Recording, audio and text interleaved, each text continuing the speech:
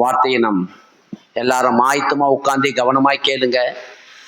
கர்த்தர் இந்த உலகத்திலே தேவன் தம்முடைய ஒரே பேரான குமாரனை இந்த உலகத்துக்கு அனுப்பினார்.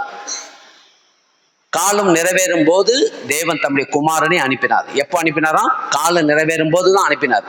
ஆதாம் பாவம் செய்தான். ஆதாம் பாவம் செய்ததுனால தான் இன்னைக்கு இந்த உலகம் எல்லாமே என்னவாயிடுச்சு பண்ண சீர்கெட்டு போனதுக்கு காரணமே அவன் தான். அதை நீங்க தெரிந்து கொள்ளணும். ஆரம்பத்தை நீங்க தெரியலன்னா முடிவு தெரியாது பாருங்க. எல்லாத்துக்கும் ஆரம்பம் ரொம்ப முக்கியம். எதனால இந்த உலகம் சீர்கெட்டு போச்சு? எதனால? என்ன காரணம்? சீர்கெட்டு போனதுக்கு காரணம் என்ன? ஆதாம் என்கிற ஒரு மனுஷனை தேவன் முதல்ல உண்டாக்குனார். ஆதாம் ஏவாள் ரெண்டு பேரையும். அவங்க இருவரும் இணைந்து என்ன பண்ணாங்கன்னா பாவத்தை செஞ்சிட்டாங்க. கர்த்தர் சொன்னார், இந்த தோட்டத்தில் விளக்கப்பட்ட கனியை நீங்க புசிக்கும் நாளிலே சாகவே சாவா என்று. சகல விதமான நன்மை தீமை அறியத்தக்க விருட்சத்தின் கனியை புசிக்க வேண்டாம் என்று சொன்னார் இல்லையா? சொல்லியும் அவங்க என்ன பண்ணாங்க? அதை புசித்தபடினால இந்த பூமி சபிக்கப்பட்டு போச்சு. இந்த பூமியில இன்னைக்கு எல்லார் வீட்லயும் சாபம் வந்து உள்ள வேலை செய்ததுனா அதுக்கு காரணமே ஆதாம் தான். ஆதாம் செய்த பாவத்தினாலதான் இன்னைக்கு பூமி முழுவதும் சபிக்கப்பட்டு போச்சு. எல்லா குடும்பத்திலையும் பாவம் சாபம் உள்ள உண்டு. எல்லா குடும்பத்தையும் இன்னைக்கு என்ன பண்ணிக்கிட்டு இருக்குது? எல்லா குடும்பத்தையும் நாசம் மோசமாக்கி கொண்டு இருக்குது. இந்த காரணம் பாவம் என்கிற சாபமும் பாவமும் தான் இன்னைக்கு அது ஒரு பிரமாணம் மாரி இயங்கிக்கிட்டு இருக்குது பாருங்க. சாபம் என்கிற பிரமாணம், பாவம் என்கிற பிரமாணம் இன்னைக்கு எல்லா இடத்துலையும் செயல்பட்டு கொண்டு இப்ப நம்மளுக்கு புவியீர்ப்பு பிரமாணம் ஒன்று இயங்கிக்கிட்டு இருக்குது இல்லையா? புவியீர்ப்பு பிரமாணம் நம்ம எதை போட்டாலும் மேல இருந்து போட்டா கீழே விழுது இல்லையா? கீழே விழுது. நீங்க எதை போட்டாலும் விழும். அது ஒரு பிரமாணம் பாருங்க. அந்த பிரமாணம் இயங்கிக்கிட்டு இருக்குது. அதே மாதிரி பாவம் என்கிற பிரமாணம் இன்றைக்கு ஆளுகை செய்து கொண்டிருக்குது. யாரெல்லாம் இயேசு கிறிஸ்துவை நாம் மறுதலித்து வாழ்கிறோமோ அந்த குடும்பத்துக்குள்ளே சாபம் குடிக்கொண்டு இருக்கும். பாவம் சாபம். நம்ம நினைக்கிறோம் இந்த பரிகாரத்தை செய்யலாம், அந்த பரிகாரத்தை செய்யலாம், இதை பண்ணா நல்லது, அதை பண்ணா நல்லது. இன்னைக்கு மகள் சொன்னாங்க இல்லையா, பரிகாரத்துக்காக அங்கே போனாங்க இங்கே போனாங்கன்னு. பாருங்க, நிறைய பேர் வந்து பரிகாரத்தை செய்வதற்காக 1000 கிலோமீட்டர் தொலைவு சொன்னா கூட போயிடுறாங்க பாருங்க. 1000 கிலோமீட்டர் இருக்குதுங்க. அந்த 1000 கிலோமீட்டர் தொலைவு போய் அந்த பரிகாரத்தை நீங்க பண்ணீங்கன்னா கண்டிப்பாக உங்க குடும்பம் நல்லா இருக்குங்க. அந்த காரியத்திலேருந்து நீங்கள் பரிகாரத்துலேருந்து அதை செஞ்சீங்கன்னா நல்லா இருக்கும் அப்படின்னு சொல்லி சில பேர் இப்படி சொன்ன உடனே போகிறாங்க பாருங்க. எனக்கு தெரிஞ்ச ஒரு மார்வடி சேடு பார்த்தீங்கன்னா 3501 படி ஏறினீங்கன்னா உங்கள் குடும்பம் நல்லா இருக்கும், அந்த பரிகாரத்தை செய்யுங்க சொன்னாங்களாம். பாவம் வயசானவங்க பாத்தீங்கன்னா 70 வயசு பாட்டி. அந்த பாட்டியை பல்லாக்கில் எடுத்து உட்கார வச்சுக்கின்னு அவங்க குடும்பத்தோடு என்ன பண்ணாங்க? குடும்பத்தோடு அந்த பரிகாரத்தை செய்ய சொன்னாங்களாம். 3501 படியை ஏறி வந்தாங்களாம் பாருங்க. போய் பரிகாரத்தை செஞ்சுட்டு வந்தேன்னு சொல்றாரு அவரு. நாங்கள் போயிட்டு அதை எதுக்கு செஞ்சீங்கன்னா அது ஒரு பரிகாரம், அதை செஞ்சால் எங்கள் குடும்பத்தை நல்லா இருக்கும், இது நல்லா இருக்கும், அது நல்லா இருக்குன்னு ஒருத்தர் சொன்னார், அதை செஞ்சேன்னு. நல்லா கவனிங்க. இன்றைக்கு நீங்கள் ஒரு பரிகாரமும் செய்ய வேணாம். ஏன்னு சொன்னால் இயேசு செஞ்சு முடிச்சிட்டாரு. கல்வாரி சிலுவிலே உங்களுக்காக எனக்காக இயேசு செய்து முடித்ததை விசுவாசிப்பீர்கள் என்று சொன்னால் உங்கள் குடும்பத்துக்குள்ளே சாபமும் பாவமும் குடிக்கொள்ள முடியாது. ஆசீர்வாதம் வந்து உங்கள் குடும்பத்தை ஆளுகை செய்யும். ஆசீர்வாதம் வேணுமா, சாபம் வேணுமா? சொல்லுங்க. எத்தனை பேர் சாபத்தை விரும்புறீங்க, ஆசீர்வாதத்தை விரும்புறீங்க? ஆசீர்வாதம் வேணும்னா இயேசு வேணும். இயேசு இல்லாமல் ஆசீர்வாதம் உள்ள வராது. ஒரே பேரான குமாரனை விசுவாசிக்கிறவன் வீட்டிலே நித்திய ஜீவன் உண்டாகும். கிறிஸ்து இல்லாத வீடு ஜீவன் இல்லை, அங்க மரணம் தான் காணப்படும். மரணம் என்று சொன்னால் சாபம். அப்ப பரிகாரத்தை செய்யறதுக்கு இங்க போனோம் சொன்னா போறாங்க, அங்க போனோம் சொன்னா போறாங்க. ஆனா போய் செஞ்சு பாருங்க, ஒண்ணுமே நடக்காது. நீங்க நினைக்கிற மாதிரி அந்த நேரத்துக்கு மன திருப்திக்கு அவங்க எதனா ஒண்ணு கொடுப்பாங்க. அதை கொடுத்த உடனே அது மூலமா நமக்கு நல்லாயிடும் நினைக்கிறேன். இல்ல பாருங்க, குடும்பத்தில் இருக்க சாபம் வெளியே போகாது. அதுல இருந்து திருடவும் கொல்லவும் அழிக்கவும் வகை தேடி சுற்றி திரிகிறவன் உள்ளே தான் இருப்பான். அவன் வந்து வெளியே வரணும். யார் வரணும்? நீதிபரர் உள்ள வரணும். நீதி உள்ள வந்தாதான் அநீதி வெளியே போகும். வெளிச்சம் உள்ள வந்தாதான் இருள் வெளியே போகும் இல்லையா? அப்ப பரிசுத்தம் உள்ள வரணும், பாவம் வெளியே போகணும். அப்ப எல்லாத்துக்கும் ஒரே பரிகாரம் இயேசு தான். அப்ப இயேசு என்கிற பரிகாரத்தை நீங்க என்ன பண்ணணும்? அவரை தான் ஏற்றுக்கொள்ளணும். வேற ஒன்றும் பண்ண வேண்டாம். எந்த பரிகாரத்தையும் செய்ய வேண்டாம். விசுவாசிக்கிறீங்களா? விசுவாசிக்கிறவங்க பாக்கியவான்கள். சரி, இப்போது நம்ம எல்லாரும் எடுத்துக்கொள்வோம். மார்க்கு சுவிசேஷம் 10ஆம் அதிகாரம் 33ஆம் வசனத்தை படிங்க. இதோ எருசலேமுக்கு போகிறோம், அங்கே படிங்க. இதோ எருசலேமுக்கு போகிறோம், அங்கே மனுஷகுமாரன் பிரதான ஆசாரியரிடத்திலும் வேத பாரகரிடத்திலும் ஒப்பு கொடுக்கப்படுவார். அவர்கள் அவரை மரண ஆக்கினைக்குள்ளாக தீர்த்து புறதேசத்தாரிடத்தில் ஒப்பு கொடுப்பார்கள். அவர்கள் அவரை பரியாசம் பண்ணி அவரை வாரினால் அடித்து அவர் மேல் துப்பி அவரை கொலை செய்வார்கள். ஆகிலும் 3ஆம் நாளிலே அவர் உயிரோடு எழுந்திருப்பார் என்றார். போதும் பாருங்க, இயேசு 12 சீசர்களோடு எருசலேமுக்கு போகும்போது எல்லாரும் கவனிக்கணும், தயவு செய்து யாருமே பேசாதீங்க. எல்லா சபையிலும் 7 வார்த்தையை கொடுப்பாங்க பாருங்க. 7 வார்த்தையை நிறைய சபையில கொடுப்பாங்க. அதே காலங்காலமா 7 வார்த்தையே கொடுத்துங்கன்னு இப்படியே தான் இருக்கிறாங்களே கண்டி. அதாவது இன்னும் ஆழமான சத்தியத்தை அறியாமலே இருக்கிறாங்க பாருங்க. ஆழமான சத்தியத்தை நம்ம அறிய வேண்டும். 7 வார்த்தை கொடுக்கறது நல்லது. அதே வருஷம் அதையே கொடுத்துன்னு என்ன சொல்லுங்க, அதே தான் நம்ம இருக்கக்கூடாது. அந்த 7 வார்த்தைக்குள்ளே உட்கார்ந்து இருக்கக்கூடாது. அதற்கும் மேலாக தேவன் எப்படிப்பட்ட ஒரு காரியத்தை செய்திருக்கிறார் அதை கொஞ்சம் பாருங்க. தம்முடைய குமாரனை அனுப்பி என்ன செய்திருக்கிறார் அதை பாருங்க. கவனிக்கிறீங்களா? அப்ப அவரை பாருங்க. இங்க என்ன நடந்தது பாத்தீங்கன்னா, 12 சீசர்களோடு இயேசு எருசலேம் என்கிற நகரத்துக்குள்ள வரும்போது ஒரு காரியத்தை சொல்றாரு. என்ன சொல்றாரு பாத்தீங்கன்னா, படிக்கிறோம் பாருங்க. இதோ எருசலேமுக்கு போகிறோம், அங்கே மனுஷகுமாரன் பிரதான ஆசாரியரிடத்திலும் வேத பாரகரிடத்திலும் ஒப்பு கொடுக்கப்படுவார். என்ன பண்ணுவாராம்? யார் கையில ஒப்பு கொடுக்கப்படுவாராம்? பிரதான ஆசாரியன் கையில தான் முதல்ல கொண்டு போய் ஒப்பு கொடுப்பாங்க. இதெல்லாம் இன்னைக்கு பார்க்க போறோம். இன்னும் நடக்கல, இன்னும் இருக்குது. இன்னும் 2-3 வருஷம் இருக்குது இவரை ஒப்பு கொடுக்கறதுக்கு. 2-3 வருஷத்துக்கு முன்னே என்ன பண்றாரு இவர்? இப்பவே என்ன பண்றாரு?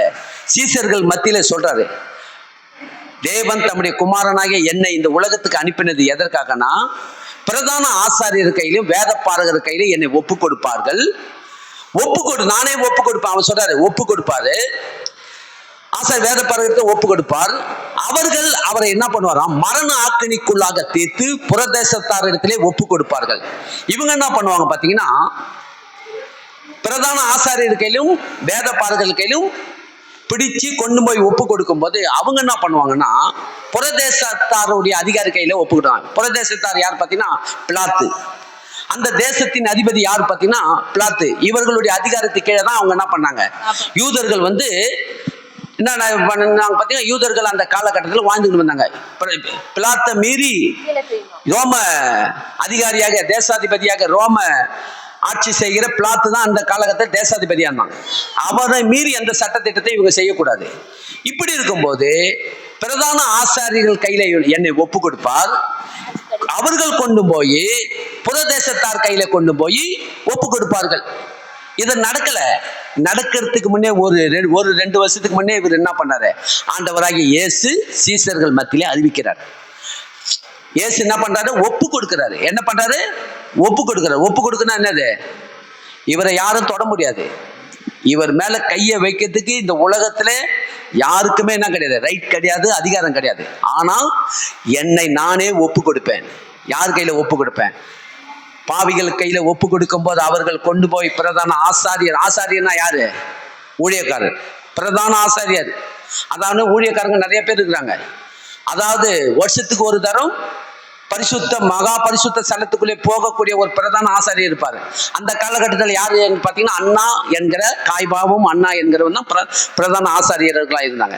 அவங்க கையில ஒப்பு கொடுக்கும்படி தேவன் என்ன பண்ண முன்கூட்டியே சொல்றாரு. அப்புறம் என்ன சொல்றாரு பார்த்தீங்கன்னா, அவர்கள் அவரை பரியாசம் பண்ணி என்ன பண்ணுவாங்களாம்? இயேசுவை ஒப்பு கொடுத்த உடனே என்ன பண்ணுவாங்க? இயேசுவை பரியாசம் பண்ணுவார்கள். என்ன பண்ணுவார்களாம்? எல்லாரும் கவனி. இம்மான கம்மனை உட்கார வைப்பா. இம்மானே கம்முன்னு இருக்கணும், டிஸ்டர்ப் பண்ணக்கூடாது. என்ன பண்ணுவார்களாம்? அவர்கள் அவரை பரியாசம் பண்ணி அவரை வாரினாலே அடித்து, என்ன பண்ணுவாங்க? அவரை பரியாசம் பண்ணி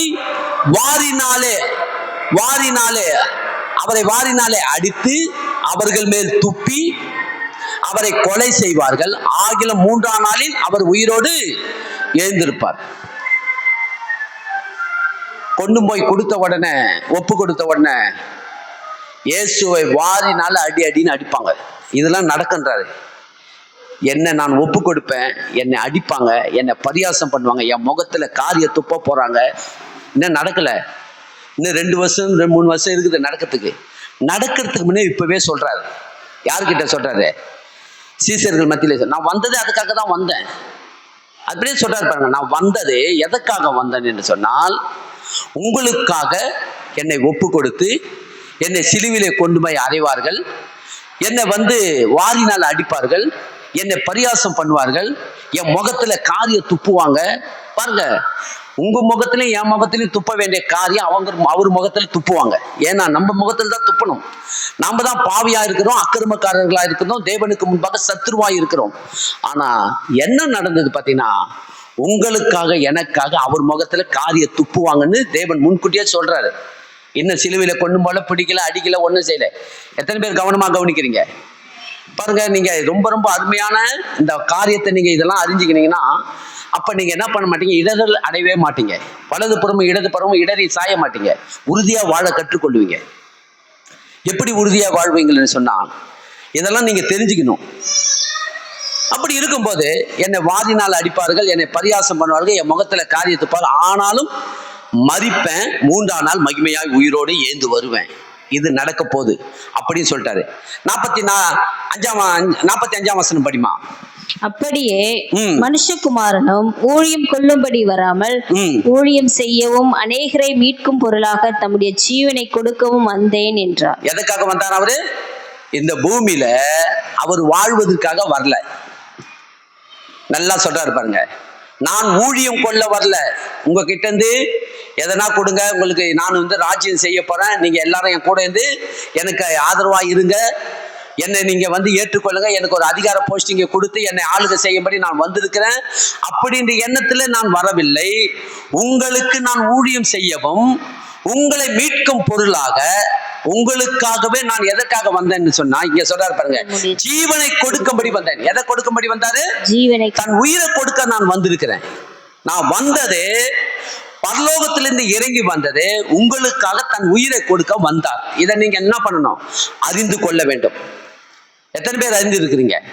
இயேசு வந்தது எனக்காக தன் உயிரை கொடுக்க வந்தார். எல்லாரும் வேற மாதிரி பேசுறாங்க பாருங்க. இதெல்லாம் இன்னைக்கு நான் உங்களுக்கு எடுத்து காட்டுறேன் பாருங்க. இன்னைக்கு உலகம் என்ன சொல்லுது? அவர் கடவுளா இருந்தா எதுக்கு இப்போ மனுஷன் கையில இவரு அடி வாங்கணும்? கடவுள் இவங்க யாராவது மனுஷன் கையில அடி வாங்கலாமா? கடவுள் யாராவது முகத்துல காரிய துப்ப முடியுமா? கடவுள் முகத்துல அவரை தலையில கொட்ட முடியுமா? அவர் மேல சாப முடிய வைக்க முடியுமா? இவர் இப்படிலாம் இவ்வளவு கேவலமா நடத்தினாங்க. எல்லாத்துக்கும் இவர் பொறுமையா இருந்தார். இவர் கடவுளே கிடையாதுன்னு தான் உலகம் சொல்லுது. ஆனா வந்தது ஆதாம் செய்த பாவத்தின் நிமித்தம் நமக்காக இவர் எல்லா பரிகாரத்தை செய்வதற்காக தான் வந்திருக்கிறார். அவர் சொல்றாரு, உங்களை மீட்டு எடுக்கும்படி, உங்களுக்கு ஜீவனை கொடுக்கும்படி நான் வந்தேன் என்று சொல்லி 45ஆம் வசனத்தில் சொல்றேன். நான் ஊழியம் கொள்ளும்படி வரல, உங்களுக்காக உங்களிடத்துல ஏதாவது வாங்கி நான் இந்த பூமியில ஆளுகை செய்யும்படி வரல, உங்களுக்காக தன் ஜீவனை கொடுப்பதற்காகவே நான் பிறந்திருக்கிறேன் என்று சொல்லி இங்க சொல்றாரு.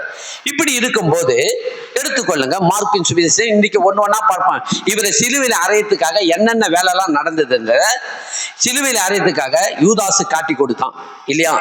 பேதுரு மறுதளித்தான். பேதுரு சில விதமான காரியத்தை சொல்றான், அதை நம்ம பார்க்கலாம். பேதுரு மறுதளித்ததை பார்க்கலாம்.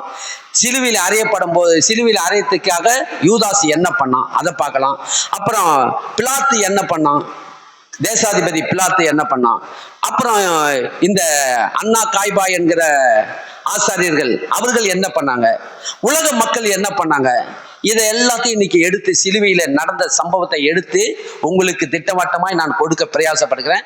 ஆண்டவரே, நான் எப்படி இதை கொடுக்கணும், என்ன வார்த்தையை கொடுக்கணுமோ ஆண்டவர் இதை தான் கொடு சொல்றாரு. எடுத்து சபை மக்களுக்கு இதை புரிய வை. நான் வந்தது எதற்காக வந்தேன், நான் எப்படி நான் ஒப்பு கொடுக்கப்பட்டேன், நான் ஒப்பு கொடுக்கப்பட்டது எனக்கு சிலுவையில நடக்கும்போது, சிலுவையில கொண்டு போய் என்னை அறைவதற்காக யாரெல்லாம் இதுக்கு என்னென்ன வேலை பண்ணாங்க அதெல்லாம் நீ எடுத்து சொல்லுன்னு சொல்லி ஆண்டவர் எனக்கு இந்த காரியத்தை எனக்கு சொன்னார். அதனால இன்றைக்கு நான் கொடுக்கிற காரியத்தை கவனமா கவனிங்க. எல்லாரும் சொல்லுங்க, பக்கத்துல பார்த்து சொல்லுங்க, கவனமா கவனிங்க சொல்லுங்க. எடுத்துக்கொள்ளுங்க, மார்க்கு சுவிசேஷம் 14ஆம் அதிகாரம் 21ஆம் வசனத்திலிருந்து வாங்க. மார்க்கு சுவிசேஷம் 14ஆம் அதிகாரம், எல்லாரும் திருப்பிக் கொள்ளுங்க,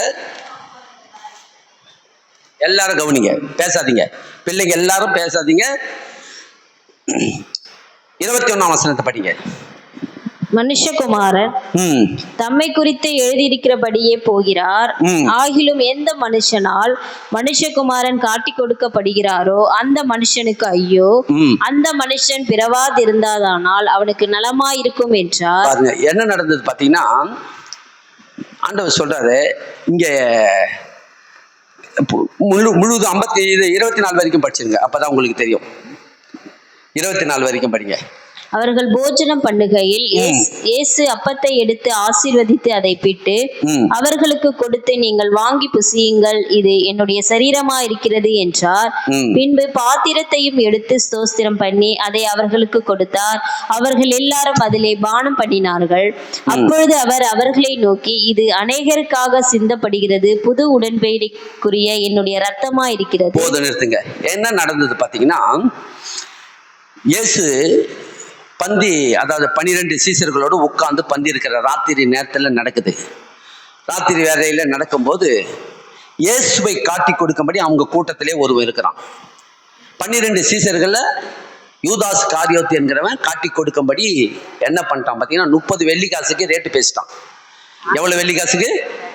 30 வெள்ளிக்காசுக்கு பிரதான ஆசாரியர்கிட்ட போயிட்டு, இயேசுவை நாங்க காட்டுப்பான், நாங்க இயேசு யாருன்னு எங்களுக்கு தெரியல, அதனால இயேசுவை நாங்க பிடிச்சு அவரை நாங்க நியாயாதிபதிக்கு முன்பாக கொண்டு போனோம், அதனால நீ அவரை காட்டு அப்படின்னு சொன்னோம்னு, காட்டினா எனக்கு ஒரு ரேட்டு கொடுக்கணும் அப்படின்னு சொல்லி கேட்குறான். என்ன கொடுக்கணும்? எனக்கு 30 வெள்ளிக்காசு கொடுத்தா நான் இயேசுவை காட்டி கொடுப்பேன். யார் காட்டி கொடுக்குது பார்த்தீங்கன்னா, கூட இருந்தவன் தான் காட்டி கொடுக்கும். இன்னைக்கு உலகத்துல இயேசுவை காட்டி கொடுத்தது போல இன்னைக்கு கூட இருந்துக்கிறவங்க என்ன பண்றாங்க?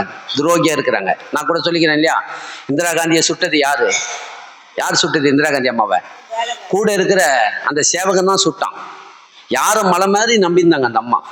இவன் என் நம்பிக்கைக்குரிய பாத்திரவன், பல வருஷமா எனக்கு இவன் தான் என்ன இருக்கான், AK-47 வச்சுன்னு என்னுடைய காவலாளர் இவன் தான் அப்படின்னு சொல்லி நம்பிக்கையோடு இருந்த அந்த நம்பிக்கைக்கு பாத்திரமா இருந்தவன் தான் என்ன பண்ணான், சுட்டு தள்ளினான் இந்திரா காந்தி அம்மாவை. அவன் எவ்வளவு ரேட்டு பேசுறான்னு தெரியல. அதே மாதிரி இயேசுவை 2000 வருஷத்துக்கு முன்பாக யார் காட்டி கொடுத்தது என்று சொன்னால், கூட இருக்கிற யூதாஸ் காரியத்தை. எப்போதும் பணம் பை அவன் கையில தான் இருக்கும். ஊழியத்துக்கு தேவையான பணத்தை எல்லாம் அவன் கையில தான் கொடுத்து வைப்பார் ஆண்டவர். பணத்து மேல அவனுக்கு ரொம்ப ஆசை. என்ன நடந்தது பாத்தீங்கன்னா, யூதாசு காட்டி கொடுக்கும்படி எண்ணத்துல என்ன பண்ணான், உள்ள உண்டாக்கிட்டான், ரேட்டும் பேசிட்டான்.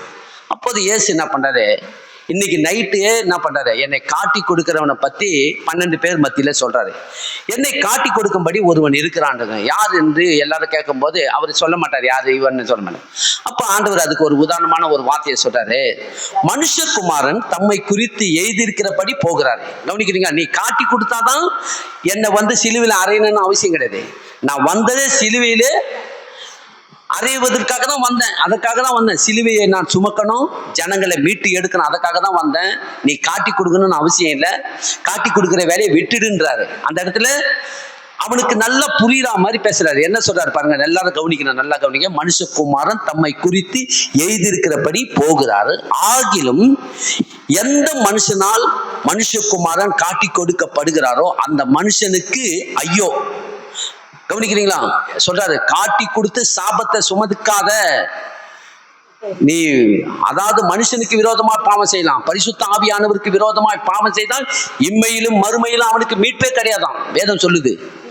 அப்ப எப்படிப்பட்ட ஒரு காரியத்தை இந்த மனுஷன் செய்யறான் பாத்தீங்கன்னா, நீ காட்டி கொடுக்கிற வேலையை விட்டுடு, அப்படி காட்டி கொடுத்தா உனக்கு ஐயோ. அதாவது உன்னை மீட்டு எடுக்கிறதுக்கு என்ன தவிர இந்த உலகத்துல மீட்டு எடுக்கிறதுக்கு யாருமே இல்லை.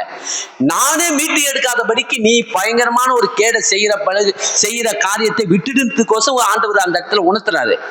சொல்லி அந்த மனுஷன் பிறவாத இருந்தானால் அவனுக்கு நலமா இருக்கும். அப்படிப்பட்ட மனுஷன் பிறக்காத இருந்தா கூட நல்லதான்.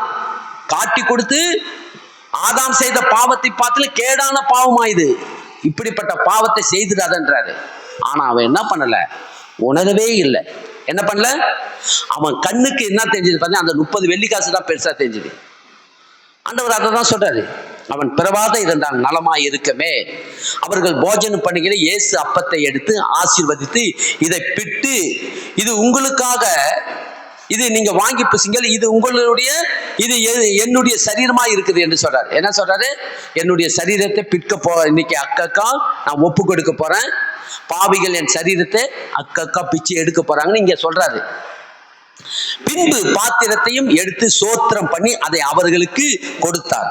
அவர்கள் என்ன பண்ணார்களாம், அதிலே பானம் பண்ணினார்கள். அப்போது அவர்களை நோக்கி அநேகருக்காக சிந்தப்படுகிற புதிய உடன்படிக்கைக்குரிய என்னுடைய ரத்தமா இருக்கிறது என்று சொன்னார். அண்ணா சொன்னார் பாத்தீங்கன்னா, திராட்சை ரசத்தை கொடுக்கிறாரு. கொடுத்து உங்களுக்காக சிந்தப்பட போகிற என்னுடைய ரத்தத்தை நான் சிந்த போறேன் அப்படின்னு சொல்றாரு. சொல்லிட்டு அடுத்தது என்ன நடந்தது பாத்தீங்கன்னா, 27 படிமா. அப்பொழுது இயேசு அவர்களை நோக்கி, மேய்ப்பனை வெட்டுவேன், ஆடுகள் சிதறடிக்கப்படும் என்று எழுதியிருக்கிறபடி இந்த ராத்திரியிலே நீங்கள் எல்லாரும் என் நிமித்தம் இடரல் அடைவீர்கள். ஆகிலும் நான் உயிர்த்தெழுந்த பின்பு உங்களுக்கு முன்னே கலிலேயாவுக்கு போவேன் என்றார். போதும், 30 படிங்க. இயேசு அவனை நோக்கி, இன்றைக்கு இந்த ராத்திரியிலே சேவல் 2 தரம் கூவுகிறது. 29 படிங்க, லைனா படிங்க. ஆகிலும் நான் உயிர்த்தெழுந்த பின்பு உங்களுக்கு முன்னே கலிலேயாவுக்கு போவேன் என்றார்.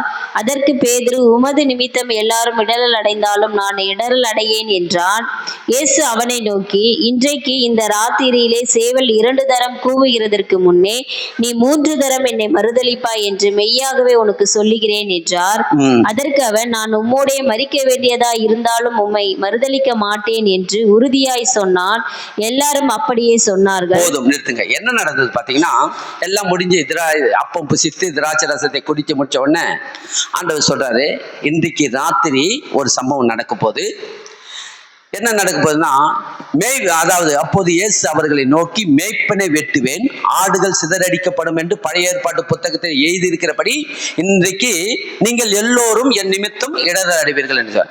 என்னை பிடிக்க ஓடுவாங்க, என்னை அதாவது கல்லனை பிடிப்பதை போல பட்டயத்தை ஈட்டி எடுத்துட்டு அநேக சேவகர்களோடு என்னை பிடிக்க இன்னைக்கு ராத்திரி வர போறாங்க.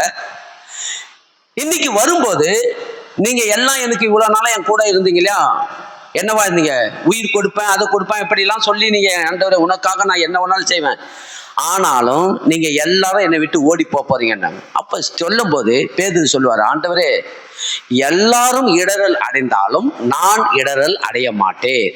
எல்லாரும் உங்களை விட்டு ஓடி போனாலும் நான் உங்களை விட மாட்டேன், உங்களுக்காக நான் என்ன வேணாலும் செய்வேன்னு சொல்லி இவர் என்ன பண்ணாரு, ஒரு ஆவேசமா பேசுவார். பேதுரு ஆவேசமா சொல்லுவாரு, உனக்காக ஆண்டவரே எல்லாரும் உங்களை விட்டு ஓடுவாங்க, ஆனா நான் மட்டும் ஓட மாட்டேன் ஆண்டவரே, உங்க கூடவே இருப்பேன், என்ன நடந்தாலும் உங்க கூடவே இருப்பேன் அப்படின்னு சொல்லி பேதுரு சொல்லுவாரு. ஆண்டவர் அதுக்கு உதாரணத்தை சொல்லுவாரு. இயேசு அவனை நோக்கி, இன்றைக்கு இந்த ராத்திரியிலே சேவல் 2 தரம் கூவுறதுக்கு முன்னே நீ எத்தனை தரம்? 3 தரம் என்னை மறுதலிப்பாய் என்று மெய்யாகவே உனக்கு சொல்லுகிறேன். இன்றைக்கு ராத்திரி சேவல் 2 தரம் கூவும். ஃபர்ஸ்ட் ஒரு வாட்டி கூவிடும், 2வது தரம் இன்னொரு வாட்டி கூவும். அது எப்ப கூவும்னு பார்த்தீங்கன்னா, நீ என்ன 3 தரம் மறுதலிப்ப. எல்லாரும் உங்களை கேட்பாங்க, ஏம்மா இவன் இயேசுவோட இருந்த ஆள் தானே, இயேசுடைய சாயல் இவனுக்கு இருக்குது, எல்லாரும் பிடிச்சிக்கணும் என்னை பிடிச்சி போகும்போது உங்களையும் பிடிக்கிறதுக்கு வரும்போது இவன் இயேசுவோட இருந்தவனாச்சே அப்படின்னு கேட்க, ஐயோ அவனை பத்தி எனக்கு தெரியாது. யாரை பத்தி தெரியாது? பேதுரு கிட்ட சொல்ற, பேதுரு உன்னை கிட்ட கேட்பாங்க, கூட இருக்கிற சேவகரை எல்லாரும் கேட்பாங்க. கேட்குறாங்க, அந்த அம்மா ஆசாரியனுடைய அந்த பிரதான ஆசாரியனுடைய வீட்டுல வேலை செய்யற வேலைக்காரி கேட்பா, ஏம்பா இவன் அந்த கலிலேயாவை சேர்ந்தவன் தானே, இவன் அவனுடைய சாயல் இருக்குது அப்படின்னு கேட்பாங்க. ஐயோ அவனை யாருன்னே எனக்கு தெரியாதுங்கன்றுவாரு. யார? இயேசுவே அவன் யாருன்னே தெரியாது, அவன் எந்த ஊரா யாரு எப்படின்னு எனக்கு தெரியாது, இப்படியே மறுதளிப்பான். நீ இப்படியாகவே 3 தரம் என்னை மறுதளிப்பான், நடக்கவே நடக்காத ஆண்டவரே, உனக்காக என் உயிரியே கொடுப்பேன், இப்படியே சொல்றான் பாருங்க. 31ஆம் வசனத்துல படிக்கிறேன் பாருங்க. அதற்கு அவன், நான் உம்மோடு கூட மரிக்க வேண்டியதா இருந்தாலும் உம்மை மறுதலிக்க மாட்டேன் என்று உறுதியாக சொன்னான். எல்லாரும் அப்படியே சொன்னார்களாம், உனக்காக என் உயிரியே கொடுப்பேன். யாரு கூட இருக்கிறானோ அவன் தான் குழியை வெட்டுவான். உண்மையா இல்லையா? அவன் தான் குழியை வெட்டுவான். உயிரை கொடுக்குறான்னு சொல்லுவான், இதை கூட கொடுக்க மாட்டான். எதை கூட கொடுக்க மாட்டான்? அதை சொல்ல வேணாம், நான் இதை நீ புரிஞ்சிக்கினா சரி. உயிரை கொடுக்குறவன் எதை கொடுக்க மாட்டான்? அதை கூட கொடுக்க மாட்டான். கர்த்தர் அதை உணர்த்துறாரு, வேணாம் நீ சும்மா என்கிட்ட ஆர்குமெண்ட் பண்ணி நீ என்கிட்ட என்ன பண்ணாத, நான் உனக்காக என் வைராக்கியத்தை எதை வேணாலும் செய்வேன் சொல்லாத, நீ முன்னால முடியாது. நீங்கள் எல்லோரும் மாமிசத்துக்குரியவர்கள், நீங்கள் எல்லோரும் மாமிசம் பலவீனமானது, உங்களுடைய ஆவி உற்சாகமா இருந்தாலும் அது என்ன, இது மாமிசத்தின்படி நடக்கிறவர்கள் என்று சொல்லி ஆண்டவர் அந்த இடத்துல உணர்த்துறாரு. இல்ல ஆண்டவரே உனக்காக என் உயிரியை கொடுப்பான்றான். ஆனா என்ன நடக்குது? இவன் இயேசு சொல்றாரு 3 தரம் என்னை மறுதலிப்பாய் என்று சொல்றாரு. சொல்லும்போது பாருங்க 70ஆம் வசனத்தை படிமா, 70 படிங்க, 70 படிங்க. அவன் மறுபடியும் மறுதலித்தான். 69 இருந்து பட்சத்தை புரியும். 69 இருந்து படிங்க, அதிலே படிங்க மேல இருந்து. வேலைக்காரி அவனை மறுபடியும் கண்டு இவன் அவர்களில் ஒருவன் என்று அங்கே நின்றவர்களுக்கு சொன்னால் அவன் மறுபடியும் மறுதலித்தான். சற்று நேரத்திற்கு பின்பு மறுபடியும் அருகே நிற்கிறவர்கள் பேதுருவை பார்த்து, மெய்யாகவே நீ அவர்களில் ஒருவன், நீ கலிலேயன், உன் பேச்சு அதற்கு ஒத்திருக்கிறது என்றார்கள். அதற்கு அவன், நீங்கள் சொல்லுகிற மனுஷனை அறியேன் என்று சொல்லிட்டு சபிக்கவும் சத்தியம் பண்ணவும் தொடங்கினான். உடனே சேவல் 2ஆம் தரம் கூவிற்று. சேவல் 2ஆம் தரம் கூவுகிறதற்கு முன்னே நீ என்னை 3 தரம் மறுதலிப்பாய் என்று இயேசு தனக்கு சொன்ன வார்த்தையை பேதுரு நினைவு கூர்ந்து மிகவும் அழுதான். அப்படிங்கிறீங்களா? என்ன சொன்னா? உனக்காக என் உயிரே குடும்பம் சொன்னான் இல்லையா? இயேசுவை பிடித்து இட்டுக்குன்னு போகும்போது எல்லாம் விட்டுட்டு ஓட்டாங்க, இவனும் ஓட்டான். பேதுரு தான் எல்லாத்துக்கும் முன்ன. அதான முதல் சீசன் யார் பார்த்தீங்கன்னா பேதுரு தான். 12 சீசர்களை யாரு முதல் சீசன்? பேதுரு தான் எல்லாவற்றிலையும் ஆண்டவர் கூட கூட்டுன்னு போவாரு. பேதுரு, யாக்கோப்பு, யோவான், இந்த 3 பேருக்கு தான் முதன்மையானவங்க. இப்படி இருக்கிறதுல இவன் தான் முதன்மையானவன். இவன் என்ன பண்ணான்? உனக்காக என் உயிரே கொடுப்பேன், எல்லாரும் உன்னை விட்டு போனா நான் உன்னை விட மாட்டேன் சொன்னான். ஆனா என்ன நடந்தது? நடக்கவே நடக்காது. நீங்க எல்லோரும் என்னை விட்டு ஓடுவீங்க, இல்லாண்டவரை நடக்காது. இல்ல 3 தரம் என்னை மறுதலிப்பாய். நீ மறுதலித்த பிறகுதான் சேவலே 2ஆவது தரம் கூவன்னாரு. பாருங்க, படிக்கிறேன் பாருங்க. நீ கலிலேயாவின், உன் பேச்சு அதற்கு ஒத்திருக்கிறது என்றார்கள். அதற்கு அவன், நீங்கள் சொல்லுகிற மனுஷனை அறியேன் என்று சொல்லி சபிக்கவும் சத்தியம் பண்ணவும் தொடங்கினான். என்ன பண்ணானா? அவரை ஏளனமா பேசியிருக்கிறான். கெட்ட வார்த்தையில என்ன பண்ணிருக்கான்? சபிச்சிருக்கிறான். இயேசுவை என்ன பண்ணிருக்கிறான்? கெட்ட வார்த்தையில சபிச்சிருக்கிறான். பாருங்க, உடனே சேவல் 2ஆம் தரம் கூவிற்று. சேவல் 2ஆம் தரம் கூவுறதுக்கு முன்னே நீ என்னை 3 தரம் மறுதலிப்பாய் என்று இயேசு தனக்கு சொன்ன வார்த்தையை பேதுரு நினைவு கூர்ந்து மிகவும் அழுதான். இயேசு என்ன சொன்னாரு? சொன்னது நடந்ததா இல்லையா? ஆண்டவராகிய இயேசு சொன்ன வார்த்தையின்படி நடந்தது. பேதுருவே, நீ என்னை 3 தரம் மறுதலிப்பாய் என்று சொன்னார். இல்ல நடக்காதுன்னு. அவன் 3 தரம் மறுதலித்தான். 2ஆவது தரம் சேவல் கூவிற்று. அடுத்தது என்ன நடந்தது பார்த்தீங்கன்னா, இவன் மனம் கசந்து அழுதான். தன்னை என்ன பண்ணான் பார்த்தீங்கன்னா, ஐயோ நான் ஆண்டவராகி இயேசுவை மறுதலித்தேன் என்று மனம் கசந்து அழுதான். பாருங்க, அடுத்தது பார்த்தீங்கன்னா மத்திய சுவிசேஷம் 26ஆம் அதிகாரத்துக்கு வாங்க. 26ஆம் அதிகாரம் இங்கே நடந்தது. ஆண்டவராகிய இயேசு சொன்ன பிரகாரம் தான் எல்லாமே நடக்குது. பாருங்க, அப்படியே திருப்பிக்கிங்க. மத்திய சுவிசேஷம் 26ஆம் அதிகாரத்துக்கு வாங்க.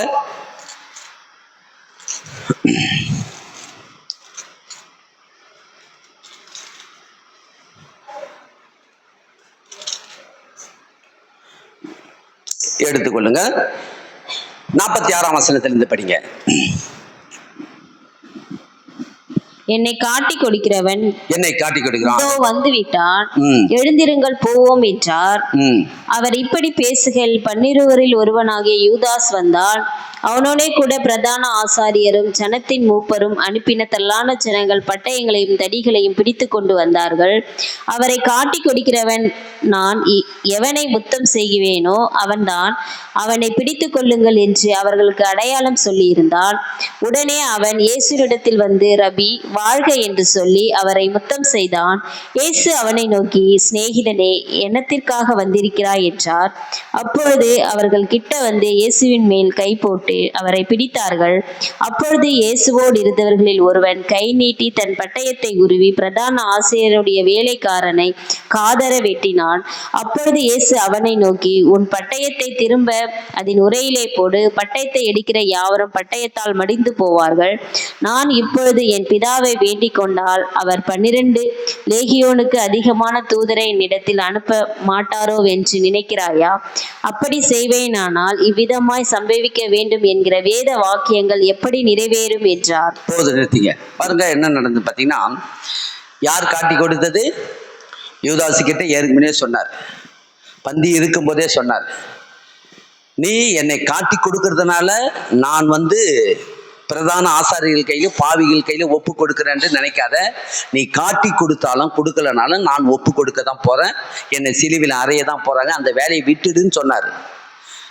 கூட இருக்கிறவன்கிட்ட தெளிவா சொன்னார், உணர்ந்து சொன்னார். அவன் என்ன பண்ணிருக்கணும்? அவன் அதை அறிந்து அதை கேட்டு உடனே என்ன பண்ணியிருக்கணும்? அதை விட்டு இருக்கணும். ஆனால் அவனுடைய எண்ணம் எப்படி இருந்ததுன்னு பார்த்தீங்கன்னா, 30 வெள்ளிக்காசுக்காக இயேசுவை காட்டி கொடுக்க வந்தான். அவன் என்ன சொல்லி கூப்பிட்டுன்னு வந்தான் பார்த்தீங்கன்னா, நான் போயிட்டு அந்த ராத்திரியிலே நான் யாரை முத்தம் செய்கிறேனோ முத்தம் செய்கிறவர் தான் இயேசு அப்படின்னு சொல்லி கூட்டத்தை கூட்டிக்கிட்டு வந்தான். சேவகர்கள் எல்லாரையும் கூட்டிக்கிட்டு வந்து அவரை முத்தம் செய்து காட்டி கொடுக்கும்படி வந்தான். வந்து ஆண்டவர் சொல்றது என்ன சொல்ற, என்னை காட்டி கொடுக்கிறவன் வந்துட்டான், எல்லாரும் எழுந்திருக்க அப்படின்னு சொல்லி முடித்த உடனே அவன் ரபி நீ வாழ்க அப்படின்னு சொல்லி அவர்கிட்ட முத்தம் கொடுத்து அவரை காட்டி கொடுத்தான். உடனே வந்தவங்க எல்லாரும் பிடிச்சிட்டாங்க, இயேசுவை பிடிச்சிட்டாங்க. பிடிச்ச உடனே அதுல ஒருவன் பட்டயத்தை எடுத்து பிடிக்க வந்தான் பாருங்க, மல்குஸ் அந்த மனுஷன் பேரு, அந்த சேவகன் பேர் மல்குஸ்.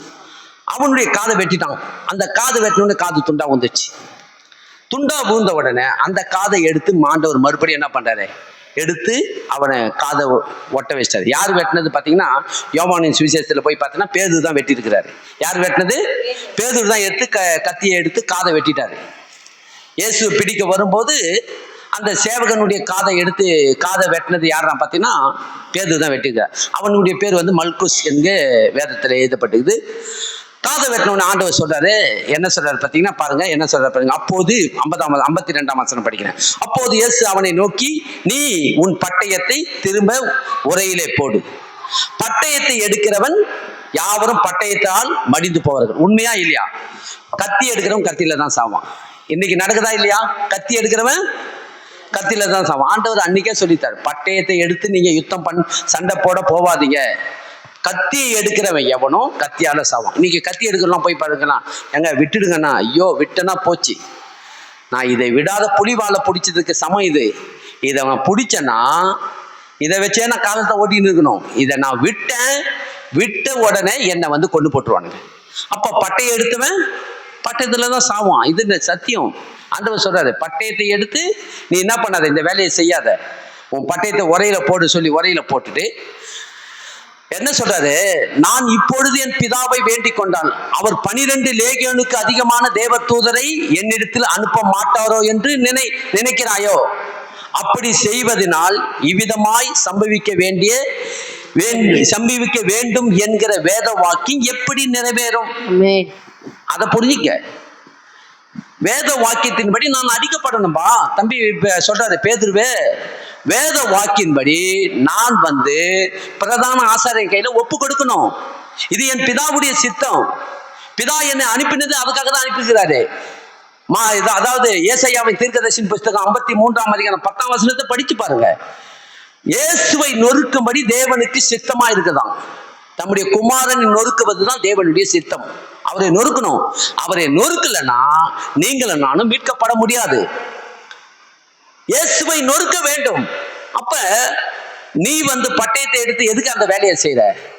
என் பிதாவை நான் வேண்டிக் கொண்டால் 12 லேகியோனுக்கு அதிகமான தேவதூதர்களை எனக்கு அனுப்புவாரு. அதாவது ஒரு லேகியோன் தேவதூதன் எதுக்கு ஒப்பானவனா, 1 கோடி ஜனங்களுக்கு மேலாக கொல்லக்கூடிய சக்தி உள்ளவன் அவன். அவ்வளோ அதிகார வல்லமை உள்ளவன். ஆண்டவர் சொல்றாரு, 12 லேகியனுக்கும் அதிகமான தேவதூதர்களை நான் வேண்டிக் கொண்டால் இப்பயே வருவாங்க. அது அல்ல என் பிதாவுடைய சித்தம். நீங்க இவனுங்களுக்கு பயந்துக்கிட்டு நான் ஒப்புக்கொடு. இல்ல, என் தகப்பனு என் பிதா என்னை அனுப்பினதை உங்களை எல்லாரும் மீட்டு எடுக்கணும். மீட்டு எடுக்கிறதுக்கு வேற வழி இல்லை. வேற வழி இருக்குதான்.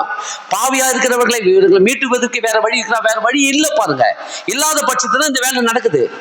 அதனால்தான் இவர் சொல்றாரு பாருங்க, அப்படி செய்வோமானால் இவ்விதமாய் சம்பவிக்க வேண்டும் என்கிற வேத வாக்கியம் எப்படி நிறைவேறும்? நீ செய்யாத, விட்டு என்ன அவங்க பிடிக்கட்டும், நான் தான் கொடுத்துட்டேன் அவங்க கையில, என்னை பிடிச்சின்னு போட்டோம். என்னை பிடிச்சிக்கின்னு போயிட்டு என்ன பண்ணாங்க பார்த்தீங்கன்னா, அடுத்தது என்ன நடந்தது பார்த்தீங்கன்னா, மத்தேயு சுவிசேஷம் 26:3 படிங்க, 27:3 படிங்க, 27:3. மத்திய சுவிசேஷம் இதெல்லாம் நீங்க பாருங்க. இதெல்லாம் நீங்க முழுமையா இதெல்லாம் நீங்க தெரிஞ்சுக்கிட்டீங்கன்னா இந்த நாலேஜ் உங்களுக்கு இருக்கும். தேவனை அறிகிற அந்த நாலேஜ் நமக்கு வேண்டும், அந்த அறிவு நமக்கு வேண்டும். ஏன் இயேசு வந்தாரு, எதற்காக வந்தாரு, அந்த அறிவு நமக்கு உள்ளத்துல இருந்துச்சுன்னா எங்கேயுமே நம்மளை மேற்கொள்ள முடியாது. பிசாசு இன்னைக்கு மேற்கொள்ளதுக்கு காரணம் என்னன்னா, சில தேவனை பத்தி தெரியாது இருக்கிறதுனால தான் நம்மளை மேற்கொள்றான். பாருங்க, இதை படிங்க. 3:27 படிங்க. அப்பொழுது அவரை காட்டி கொடுத்த யூதாஸ் அவர் மரணாக்கினைக்குள்ளாக தீர்க்கப்பட்டதை கண்டு மனஸ்தாபப்பட்டு அந்த 30 வெள்ளிக்காசை பிரதான ஆசாரிடத்திற்கும் மூப்பரிடத்திற்கும் திரும்ப கொண்டு வந்து, குற்றமில்லாத இரத்தத்தை நான் காட்டி கொடுத்ததினால் பாவம் செய்தேன் என்றான். அதற்கு அவர்கள், எங்களுக்கு என்ன, அது உன்பாடு என்றார்கள். அப்போது அவன் அந்த வெள்ளிக்காசை தேவாலயத்திலே எறிந்துவிட்டு புறப்பட்டு போய் நான்று கொண்டு செத்தான். என்ன நடந்தது? போது நிறுத்திங்க, எல்லாரும் கவனிங்க. காட்டி கொடுத்தான். ஆண்டவர் அப்பவே சொன்னாரு, என்னை காட்டி கொடுக்கணுக்கு ஐயோப்பா வேணாம், விட்டுடு. என்னையே நீ காட்டி கொடுத்தனா உன்னை மீட்டுறதுக்கு வேற யாரு இருக்கிறாங்க? வேற யாரும் இல்லை, என்ன உன்னை மீட்டுறதுக்கு ஆள் இல்லை. வேணாம், இந்த காரியத்தை விட்டுட்டு நீ காட்டி கொடுத்தாலும் காட்டி கொடுக்கனாலும் இந்த வேலை நடக்க தான் போகுது, நீ அந்த வேலையை விட்டுடு அப்படின்னு அங்கேயே ஆண்டவர் என்ன பண்ணாரு? சாப்பிடும் போதே சொன்னாரு. பந்தி இருந்து சாப்பிட்ற வேலையில ராத்திரி நேரத்தில் சொன்னார். ஆனா என்ன பண்ணான் இவன்? அதெல்லாம் என்ன பண்ணான்? அதெல்லாம் தூக்கி ஆண்டவர் சொன்ன வார்த்தையெல்லாம் கொஞ்சம் கூட இடம் கொடுக்காம அவன் என்ன பண்ணான்? துணிகரமான பாவத்தை, இந்த பாவத்தை அவன் செஞ்சான். பாருங்க, துணிகரமா இவரை காட்டி கொடுத்தான். காட்டி கொடுத்து அந்த 30 வெள்ளிக்காசம் வாங்கிக்கின்னு அதை வச்சு என்ன பண்ணணும்னு நினைச்சுன்னு அவன் என்ன பண்ணான் தெரியல. ஆனா வாங்கினதுல இருந்து அவன் உள்ள எந்த அளவுக்கு ஆயிடுச்சுன்னா, சமாதானம் குலைந்து அவன் மரண வேதனை பட்டு, பாருங்க என்ன நடந்து பாருங்க, படிக்கிறேன் பாருங்க. அப்பொழுது அவரை காட்டி கொடுத்த யூதாஸ் அவரை மரண ஆக்கினிக்குள்ளாக தீர்க்கப்பட்டதை கண்டு மனஸ்தாபப்பட்டு அந்த 30 வெள்ளிக்காசை பிரதான ஆசாரிடத்திற்கு மூப்பரிடத்துக்கு திரும்பி கொண்டு போய் கொடுத்தானாம். அவங்க கொடுத்த உடனே அவங்க என்ன பண்ணாங்க பாத்தீங்கன்னா, குற்றமில்லாத ரத்தத்தை நான் காட்டி கொடுத்ததுனாலே பாவம் செய்தேன் என்றானா. அதற்கு அவர்கள், எங்களுக்கு என்ன, அது உன் பாடு, எனக்கு எங்க வேலை முடிஞ்சிச்சு, நீ காட்டி கொடுத்த அவரை பிடிச்சின்னு போயாச்சு, உனக்கு 30 வெள்ளிக்காசு கொடுத்தாச்சு, இந்த 30 வெள்ளிக்காசை நீ என்னன்னா பண்ணிக்கோ, எங்களுக்கு தேவையில்லை, அது உன் பாடு அப்படின்னு சொல்லி அவங்க என்ன பண்ணிட்டாங்க? அவங்க இவன் என்ன பண்ணிட்டாங்க? இது எனக்கும் இதுக்கும் சொன்ன, நீ பேரம் பேசின, எவ்வளவு பேசின? 30 வெள்ளிக்காசு பேரம் பேசின, வெள்ளிக்காசு கொடுத்தாச்சு, காட்டி கொடுத்தாச்சு. இப்ப எனக்கு நான் குற்றமில்லாத ரத்தத்தை நான் காட்டி கொடுத்துட்டேன், இந்த வெள்ளிக்காசை எடுத்துன்னு வந்து எனக்கு கொடுத்தேன், எந்த பாவப்பட்ட காசு எங்களுக்கு வேணாம், எடுத்துன்னு போன்னு சொல்லி அவனை திருப்பி அமைச்சிட்டாங்க. அவன் என்ன பண்ணான் பாத்தீங்கன்னா பாருங்க, அப்பொழுது அவன் அந்த வெள்ளிக்காசை தேவாலயத்திலே எரிந்து விட்டு புறப்பட்டு போய் என்ன பண்ணானா? நிம்மதியா தூங்கினானா? எழுதி இருக்குதே, சொல்லுங்க, என்ன பண்ணா? புறப்பட்டு போய் அந்த 30 வெள்ளிக்காசையை தேவாலயத்திலே எரிந்து விட்டு போய் நல்லா தூங்கினாம்பா. என்ன சொல்லி எழுதிருக்குது? நாண்டு கொண்டு சேர்த்தானா. என்ன சேர்த்தானா? தலைக்கீழா கவுந்து தூக்கு போட்டு சேர்த்தான். கொடூரமான சாவு இவனுக்கு. எத்தனை பேருக்கு இதை பத்திலாம் தெரியும்? இன்னைக்கு தெரிஞ்சுங்க. எவளுக்கு காட்டி கொடுத்தான்? 30 வெள்ளிக்காசு. பாட்டு பாடின இல்லையா? காட்டி கொடுத்தான் 30 வெள்ளி காசுக்காகவே கர்த்தர் இயேசுவை அப்படின்னு பாடின இல்லையா? அது ஏதோ நம்ம ஏதோ பண்ண 30 வெள்ளிக்காசு அப்படின்னு சொல்லி ஏதோ ஒன்று பாடுறாங்க. இல்லை பாருங்க, வேதத்தில் நடந்த காரியத்தை தான் நம்ம பாட்டா பாடுறோம். குற்றமில்லாத ரத்தத்தை 30 வெள்ளிக்காசுக்காக காட்டி கொடுத்தான். சரி, அந்த 30 வெள்ளிக்காசை வாங்கிட்டு போய் நல்லாவா இருந்தான்? வாங்கின மறுநாள் காலையிலே நடந்தது பாருங்க. தேவாலயத்தில் 30 வெள்ளிக்காசை தூக்கி எரிஞ்சிட்டு வீட்டுக்கு போய் நாண்டு கொண்டு தலைக்கீழ நாண்டு கொண்டு தூக்கு போட்டு சேர்த்தான். ஏவன் ஏற்கனவே சொல்லிட்டாரு, வேண்டாம் விட்டுடு, உனக்கு ஐயோ, நீ பிறவாத இருந்தா கூட நலமா இருக்கும், விட்டுடுனாரு. அவன் என்ன பண்ணல? அவன் பாவத்தை அறிக்கை செஞ்சு விட்டுருக்கான். ஆண்டவரே, என் உள்ளத்துல இப்படிப்பட்ட எண்ணம் வந்தது, என்ன நான் விட்டுறேன்னு. பேதுரு பாருங்க, மனம் கசந்து அழுதான். செய்யறதுக்கு முன்ன 1 வாட்டிக்கு 100 வாட்டி யோசிக்கணும். பாவம் செய்துட்ட பிறகு வருத்தப்படுவது எந்த பிரயோஜனம் கிடையாது. பாவம் செய்வதற்கு முன்னே ஆண்டவர் உணர்த்துறாரா, அதை நீங்க என்ன பண்ணணும்? ஐயோ, இது வேண்டாம்னு விட்டுட்டு வந்துருங்க. பாவத்தை விட்டு ஓடுங்கன்றார் ஆண்டவர். பாவத்தை விட்டு ஓட வேண்டும். ஆனா இவன் என்ன பண்ணான்? காட்டி கொடுத்தான். நடந்தது. அடுத்தது பாருங்க, யோவானின் சுவிசேஷம் 18ஆம் அதிகாரம் எடுத்துக்கொள்ளுங்க. யோவானின் சுவிசேஷம் 18ஆம் அதிகாரம். இப்ப பாருங்க என்னென்ன நடந்தது, சிலுவையில நடந்ததெல்லாம் நம்ம பார்க்கலாம். யோவானின் சுவிசேஷம் 18ஆம் அதிகாரத்துக்கு வாங்க. 18ஆம் அதிகாரம் 12ஆம் வசனத்துக்கு வாங்க. அப்பொழுது எடுத்துக்கிறேன். படிங்க. அப்பொழுது போர் சேவகரும் 1000 போர் சேவகருக்கு தலைவனும் யூதருடைய ஊழியக்காரரும் இயேசுவை பிடித்து அவரை கட்டி. எத்தனை பேர் பிடிச்சாங்க பாருங்க. அப்பொழுது போர் சேவகரும் 1000 போர் சேவகருக்கு தலைவனும். எத்தனை போர் சேவகருக்கு தலைவன்? 1000 போர் சேவகருக்கு ஒரு தலைவன் இருக்கிறான் பாத்தியா? சாதாரண தலைவன் வரல, 1000 சேவகர்களுக்கு ஒரு தலைவன் இருக்கிறான் பாருங்க. அந்த தலைவன் கூட வந்து இயேசுவை பிடிக்கிறதுக்கு வந்தாங்க பாருங்க. போர் சேவகர்கள் 1000 போர் சேவகருக்கு தலைவனும் யூதருடைய ஊழியக்காரரும் இயேசுவை பிடித்து அவரை கட்டி, அப்புறம் முதலாவது அவரை அண்ணா என்பவரிடத்தில் கொண்டு போனார்கள். அவன் அந்த வருஷத்துக்கு பிரதான ஆசாரன் ஆகிய காய்பாவுக்கு மாமனா இருந்தான். ஜனங்களுக்காக ஒரே மனுஷன் சாகிறது நலமாய் இருக்கும் என்று யூதருக்கு ஆலோசனை சொன்னவன். நிறுத்திங்க பாருங்க. என்னன்னா யார்கிட்ட கொண்டு போனாங்களோ, முதலாவது அவரை அண்ணா என்பவன் இடத்திற்கு கொண்டு போனார்கள். எங்க கொண்டு போனாங்க? முதல்ல பிடிச்சி அண்ணா யாரு? பிரதான ஆசாரியன். ஊழியக்காரர்கிட்ட தான், பிரதான ஆசாரிய கிட்ட தான் கொண்டு போனாங்க. ஆசாரியர்கள் தான் என்ன பண்ணாங்க? இயேசுவை கொலை செய்ததுக்கு முதல் அவங்க தான் என்ன பண்ணாங்க? எத்தனம் கட்டி கொண்டு இருந்தாங்க. அவரே தான், சொந்த ஜனங்களே தான், இயேசுடைய சொந்த ஜனங்களே தான் என்ன பண்ணாங்க? ஆசாரியர் கையில தான் ஒப்படைக்கிறாங்க கொண்டு போய். அண்ணா என்கிற முதலாவது அவரை அண்ணா என்பவனிடத்திலே கொண்டு போனார்கள். அவன் அந்த வருஷத்தின் பிரதான ஆசாரியனாகிய காய்பாவுக்கு மாமனா இருந்தான். பின்பு 24 வசனத்தை படிங்க. 24 பக்கத்துல இருந்து பாருங்க. 24 அவர்கள் இதை நாம் 24 பின்பு அண்ணா என்பவன் பிரதான ஆசாரியனாக காய்பா இடத்திற்கு அவரை கட்டுண்டவராக அனுப்பினான். எங்க அனுப்பினானா? அண்ணா என்பவன் பிரதான ஆசாரியனாக காய்பா இடத்திற்கு அவரை கட்டுண்டவனாக அனுப்பினான். யாருக்கிட்ட கொண்டு போய் அனுப்பிவிட்டாங்க?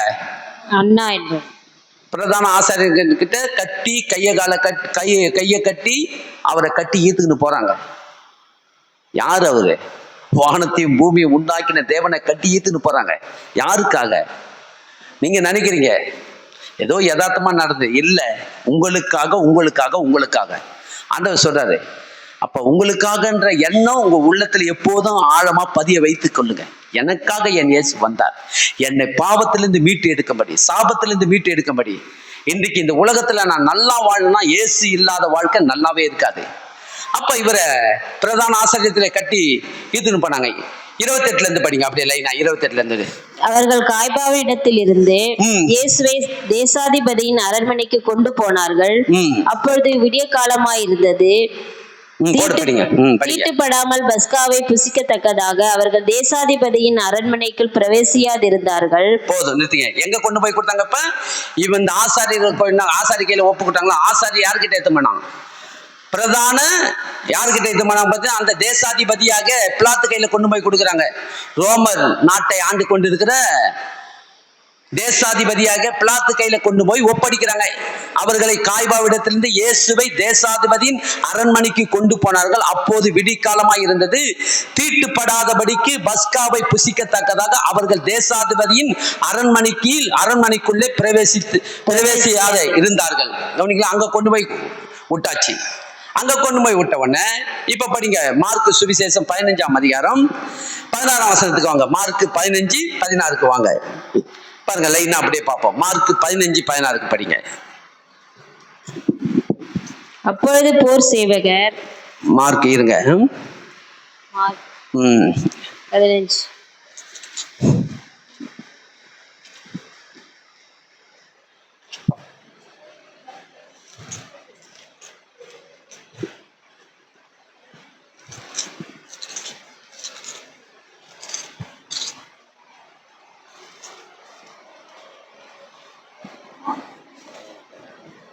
படிங்க. 16ல இருந்து படிங்க.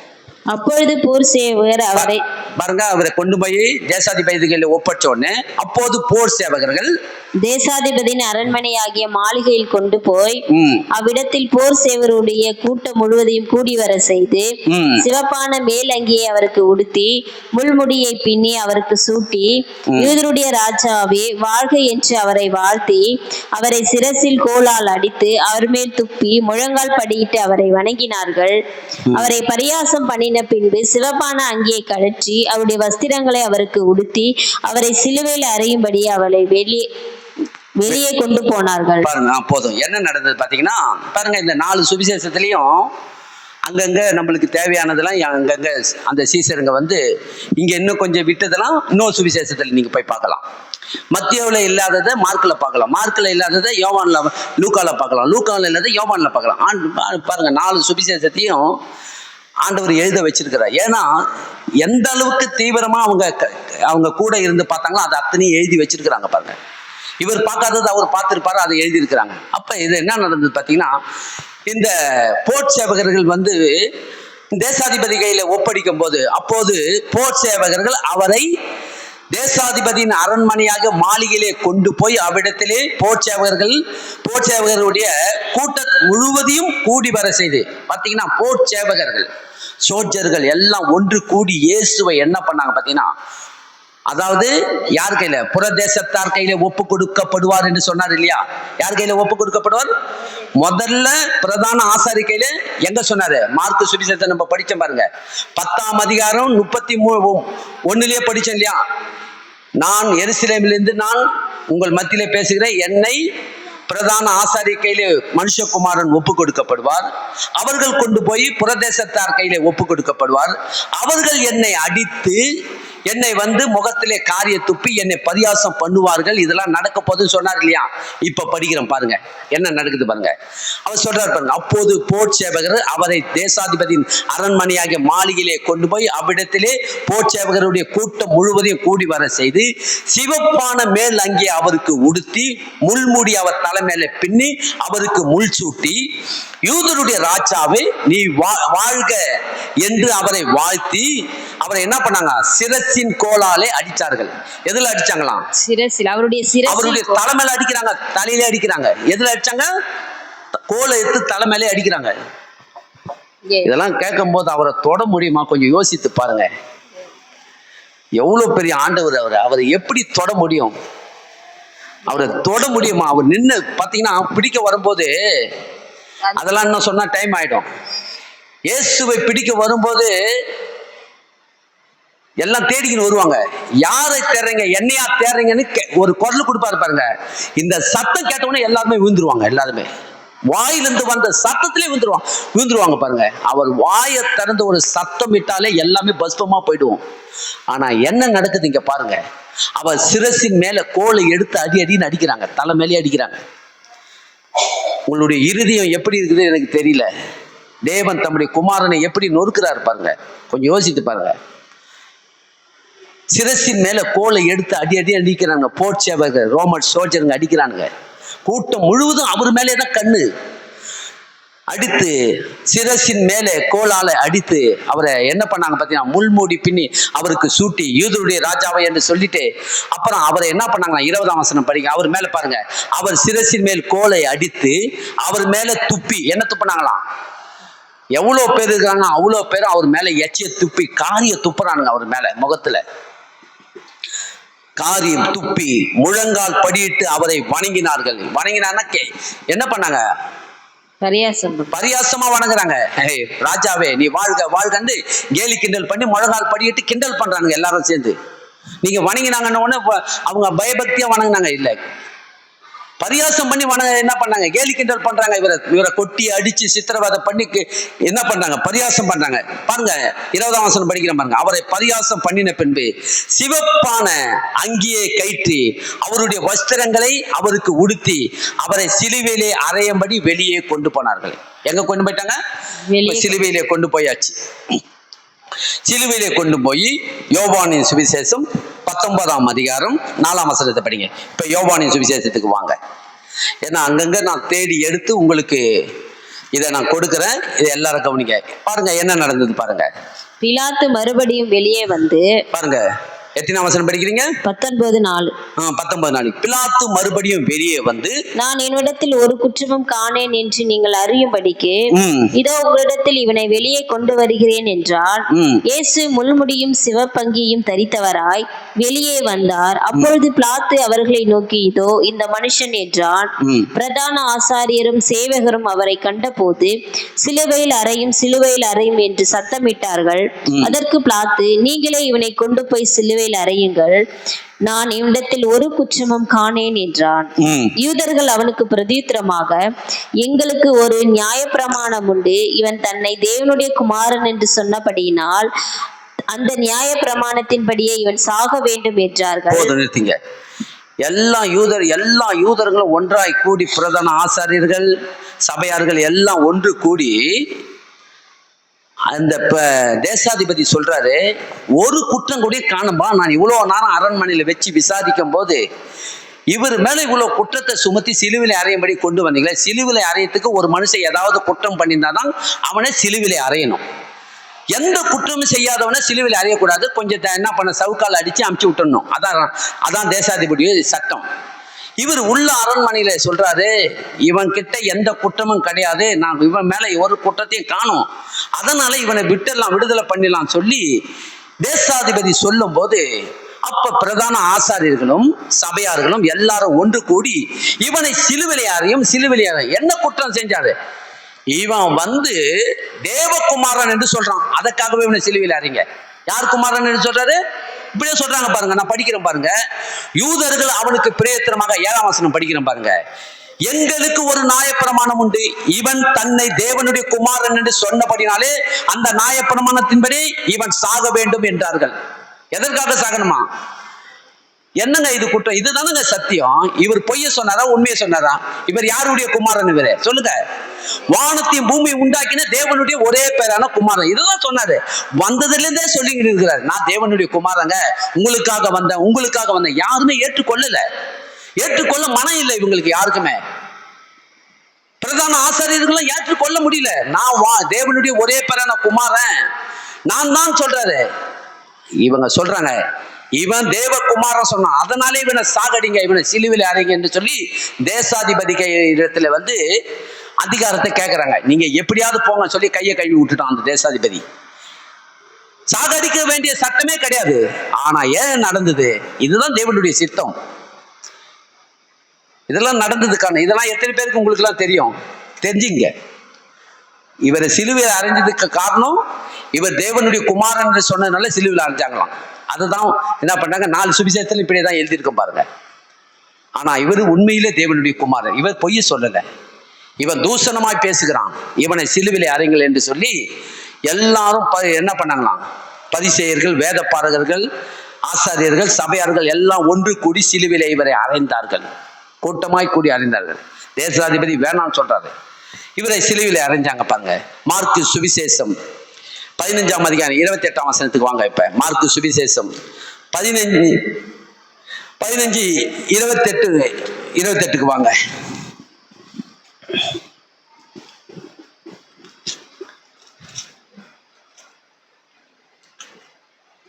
விக்கிரமக்காரர் எல்லாரும் எடுத்துங்க, திருப்பி கொள்ளுங்க.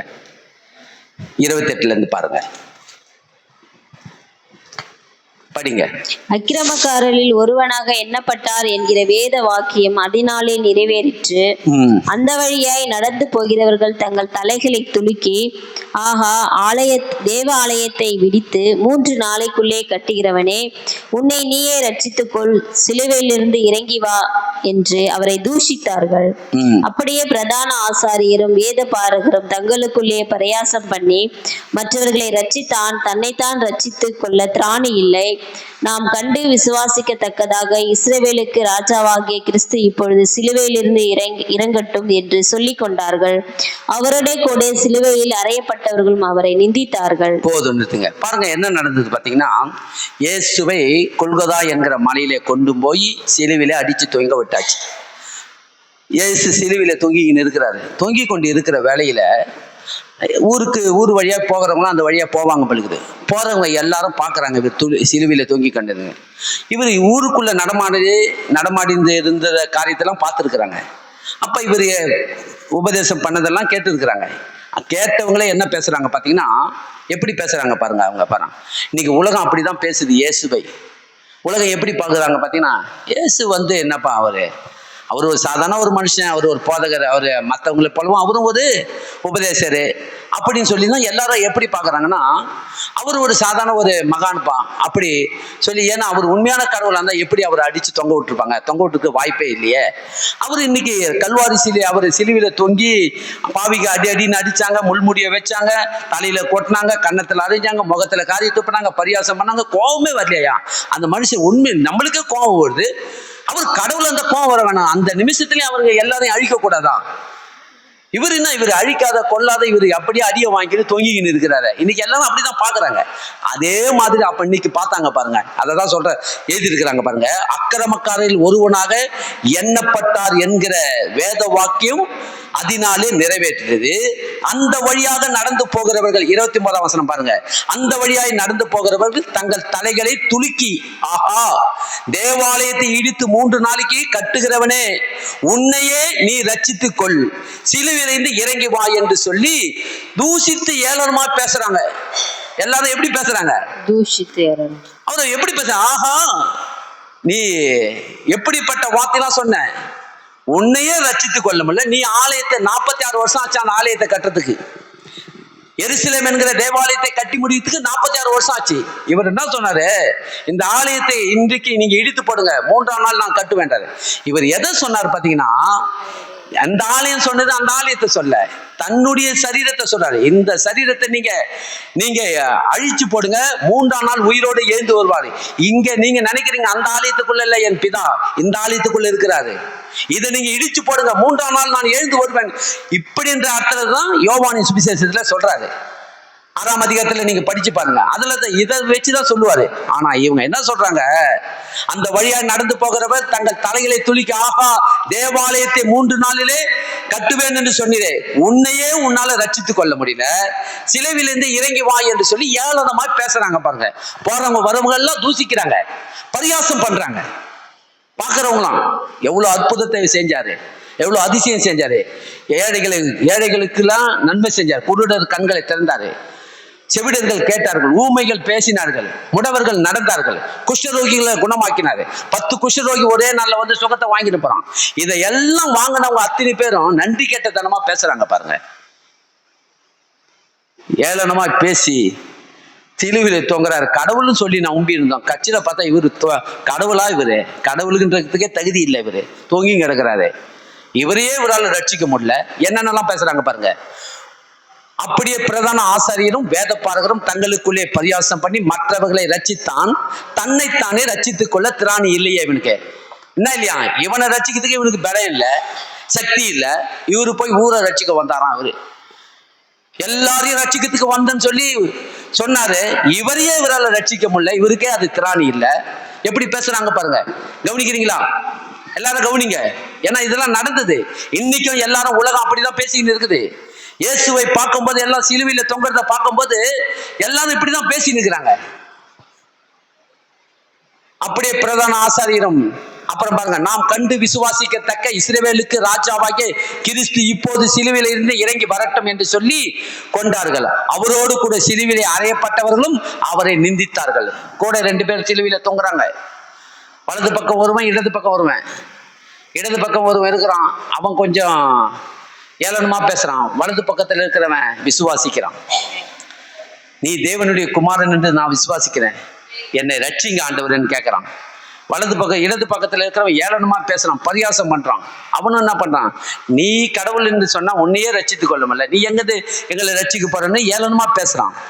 ஒருவன் வலது பக்கத்துல இருக்க சொல்றான், ஆண்டவரே என்னை ரட்சிங்க, நீ தேவனுடைய குமாரன், இன்றைக்கே இப்பவே பரதேசில என் கூட இருப்பா, இன்றைக்கே என் கூட இருப்பா என்று சொல்றார். அப்ப என்ன தெரியுது? கர்த்தர் இதெல்லாம் ஏன் ஒப்பு கொடுத்தாரு? எதற்காக இதெல்லாம் இவ்வளவு பொறுமையா செஞ்சாரு? என்ன காரணம்? காரியம் கெட்டுடக்கூடாது. இந்த இடத்துல ஏதாவது பண்ணியிருந்தா ரத்தம் சிந்தலைன்னா மீட்பு கிடைக்காது. அவர் அடிக்கப்படலைன்னா சுகம் கிடைக்காது. அவர் சாபமான முள்முடி அவர் தலைமையில வைக்கலன்னா நம்மளுடைய சாபம் தீராது. அப்ப இதுக்கெல்லாம் என்ன பண்ணணும்? தன்னை ஒப்பு கொடுத்து சைலண்டா இருக்கணும். அப்ப என்ன பண்ணணும்? வீரியம் பெருசா காரியம் பெருசா? சொல்லுங்க, சொல்லுங்க, என்ன சொல்லுவாங்க? பழமொழி சொல்லுவோம் இல்லையா, வீரியம் பெருசா காரியம் பெருசா? காரியம் தான் முக்கியம். கர்த்தர் அப்படியே என்ன பண்ணிட்டாரு, என் பிதாவுடைய காரியம் நிறைவேறணும், அதற்காகவே நான் ஒப்பு கொடுத்தேன். என்ன ஒன்னாலும் பேசிங்க, என்னை விசுவாசிக்கிறவன் ரட்சிக்கப்படுவான், என்னை விசுவாசிக்காதவனும் ஆக்கினை தீர்ப்பு அடைவான். அது அவனுடைய பாடு. அப்ப கர்த்தர் என்னத்துக்காக பொறுமையா இருந்தாரு? வீரியம், அதாவது யுத்தம் பண்ணுவதற்காக வரல, ஆக்கினிக்குள்ளாக தீர்க்கும்படி தேவன் தம்முடைய குமாரனை அனுப்பல, எல்லாரும் ரட்சிப்பதற்காக அனுப்பினார். அதற்காக தான் அந்த காரியத்தை அவர் செய்தார். அப்ப நீங்களும் நானும் இதுலயே நின்றுடக்கூடாது. மத்திய, மார்க்கு, லூக்கா, யோவான் இதுல நின்றுட்டீங்கன்னா நீங்க அதை பத்தி தெரியாமலே போயிடுங்க. அப்ப என்ன பார்க்கணும்னா, அப்போஸ்தலனாகிய பவுலை கொண்டு நிருபங்களை எழுதி நம்ம கையில கொடுத்திருக்கிறார் ஆண்டவர். நிருபத்தை நீங்க படிக்கணும். நிருபத்தை படிச்சீங்கன்னா அப்ப நீங்க என்ன ஆயிடுங்கன்னா புரிஞ்சுப்பீங்க. என்ன நிருபத்தை படிக்கணும்? எடுத்துக்கொள்ளுங்க, ரோமரின் புத்தகம் 8ஆம் அதிகாரத்துக்கு வாங்க. இப்ப நிருபத்துக்கு வாங்க. இப்ப தெரியும் பாருங்க உங்களுக்கு, இயேசு மரித்தது நல்லதா நல்லது இல்லையா? எடுத்து படிங்க பாப்பா. ரோமரின் புத்தகம் 8ஆம் அதிகாரம் 1ஆம் வசனத்தை படிங்கம்மா. 8:1-2-3 படிங்க. ஆனபடியால் கிறிஸ்து இயேசுக்குட்பட்டவர்களாயிருந்து. யாருக்கு உட்பட்டவர்களாயிருந்து? ஆனபடினாலே கிறிஸ்து இயேசுவுக்கு உட்பட்டவர்களாயிருந்து மாம்சத்தின்படி நடவாமல் ஆவியின்படியே நடக்கிறவர்களுக்கு ஆக்கினை தீர்ப்பில்லை. கிறிஸ்து இயேசுவினாலே ஜீவனுடைய ஆவியின் பிரமாணம் என்னை பாவம் மரணம் என்பவைகளின் பிரமாணத்தினின்று விடுதலையாக்கிற்று. எத்தனை பேர் கவனிக்கிறீங்க? என்ன சொல்றாரு பாருங்க, கிறிஸ்து இயேசுவினாலே ஜீவனுடைய ஆவின் பிரமாணம் என்னை பாவம் மரணம் என்பவைகள் பிரமாணத்திலிருந்து விடுதலை ஆயிற்று. அது எப்படி எனில், மாம்சத்தினாலே பலவீனமாய் இருந்த நியாய பிரமாணம் செய்யக்கூடாததை தேவனே செய்யும்படிக்கு நம்முடைய குமாரனை பாவ வம்சத்தின் சாயலாகவும் பாவத்தை போக்கும் பலியாகவும் அனுப்பி மாம்சத்திலே பாவத்தை ஆக்கினைக்குள்ளாக தீர்த்தார். போதும் பாருங்க, எதற்காக வந்தார் அவரு? கிறிஸ்து இயேசுவினாலே ஜீவனுடைய ஆவின் பிரமாணத்தை நீங்கள் பெற்றுக்கொண்டு இந்த பூமியில பாவம் மரணம் என்பவைகள் சாபத்திலிருந்து விடுதலை ஆக்கப்பட்டாச்சு. இப்ப நீங்களும் நானும் இயேசு கல்வாரி சிலுவிலே செய்ததை யாரெல்லாம் விசுவாசிக்கிறீங்களோ அவங்களுக்கு சொல்றாரு, அந்த எப்படி எனில் மாமிசத்தினாலே பலவீனமாய் இருந்த நியாயப்பிரமாணம் செய்யக்கூடாததை தேவன் செய்யும்படிக்கு தம்முடைய குமாரனை பாவம் மாமிசத்தின் சாயலாக பாவத்தை போக்கும் பலியாக அனுப்பி மாமிசத்திலே பாவத்தை ஆக்கினிக்குள்ளாக தீர்த்தாச்சு. கல்வாரி சிலுவையில எல்லா பாவத்தையும் சாபத்தையும் சிலுவையிலே சுமந்து தீர்த்தாச்சு. அப்ப நீங்க என்ன பண்ணணும்? ரோமர் புத்தகம் 3ஆம் அதிகாரம், அது என்னவெனில் படிக்கிறேன் பாருங்க. 3ஆம் அதிகாரம் 22ஆம் வசனம் படிக்கிறேன் பாருங்க. அது இயேசு கிறிஸ்துனாலே, இயேசு கிறிஸ்துவை பற்றும் விசுவாசத்தினாலே பலிக்கும் தேவ நீதி விசுவாசிக்கிற எவர்களுக்குள்ளும் எவர்கள் மேலும் அது பலிக்கும். யாருக்கு பலிக்குமா? யாருக்கு பலிக்கும்? விசுவாசிக்கிற. பாவ சாபத்திலிருந்து நான் விடுதலை ஆக்கப்பட்டேன் என்று யாருக்கு பலிக்கன்னா, இயேசு எனக்காக கல்வாரி சிலுவையை சுமந்து தீர்த்தார் என்கிற விசுவாசம் யார் உள்ளத்திலே உண்டாகிறதோ அவங்க அத்தனை பேருக்கும் அது இயேசு கிறிஸ்துவை பற்றும் விசுவாசத்தினாலே பலிக்கும் தேவ நீதி விசுவாசிக்கிற எவர்களுக்குள்ளும் எவர்கள் மேலும் அது பலிக்கும். வித்தியாசமே இல்லை. கையை தட்டி நம் கர்த்தரை மகிமைப்படுத்துங்க. இப்ப என்ன பண்ணணும்? கல்வாரி சிலுவையை சுமந்ததை எனக்காக சொல்லி யாரெல்லாம் விசுவாசிக்கிறீங்களோ உங்களுக்கு பலிக்கும். வித்தியாசமே இல்லை. நீங்க எல்லோரும் தேவனுடைய ஆசீர்வாதத்தை சுதந்தரித்து கொள்ள முடியும். எத்தனை பேர் விசுவாசிக்கிறீங்க? ஆமா, நான் உங்களுக்கு சொல்லுகிறேன், இன்றைக்கு இந்த உலகம் எப்படிப்பட்ட உலகம்? பொறாமை நிறைந்த உலகம். அதாவது உலகம் முழுவதும் பொறாமைக்குள்ள நிறைஞ்சிருக்குது பாருங்க. நண்டு பார்த்துட்டு இருக்கிறீங்களா? நண்டு பிடிச்சுன்னு வருவாங்க பாருங்க. நண்டு பிடிச்சுன்னு ஒரு பாத்திரத்துல எடுத்து கொட்டிடுவாங்க. மூட மாட்டாங்க. ஏன் மூட மாட்டாங்கன்னா, அது மேல ஏறி வரும் பாருங்க. ஏறி வரும், கீழே இருந்து ஒரு நண்டு இழுத்துக்கிட்டே இருக்கும். அது மேல ஏறும், கீழே இழுக்கும். ஒரு நண்டு கூட மேல வராது. முடிய வைக்க மாட்டாங்க. உயிரோடு இருக்கும். ஏன் மூடி வைக்க மாட்டாங்கன்னா, அது மேலே வராதுன்னு அவங்களுக்கு தெரியும். ஏன்னா கீழே இருக்கிற நண்டு புடிச்சு ஈத்து உள்ள தெளிக்கினே இருக்கும். இன்னைக்கு உலகம் அப்படிதான் இருக்குது பாருங்க. நீங்க நல்லா வரணும், மேலே நோங்கி மேலே எழும்பி வரணும். நான் நல்ல வேலை, எனக்கு போஸ்டிங் கொடுத்துட்டாங்க, கூட இருக்கிற அக்கா வண்டியோ அண்ணாவோட கூட வேலை செய்யுங்களான்னு போய் சொல்லி பாருங்க. சந்தோஷப்படுவாங்க நினைக்கிறீங்களா? சந்தோஷப்பட மாட்டாங்க. உங்களை எப்படியாவது அதுல இருந்து ஈத்து கீழே தட்டுறதுக்கு தான் வகை தேடுவாங்க. எப்படியாவது உங்களை கீழே மறுபடியும் ஈர்த்து உள்ள போனதான் தான் பார்ப்பாங்க. சந்தோஷப்பட மாட்டாங்க. எனக்கு நல்ல சம்பளத்தை ஏத்திட்டாங்க, மாசம் இவ்வளவு சம்பளம் தராங்க, சந்தோஷப்பட மாட்டாங்க. உலகம் போராமைக்குள்ள நிறைஞ்சிருக்கிறது.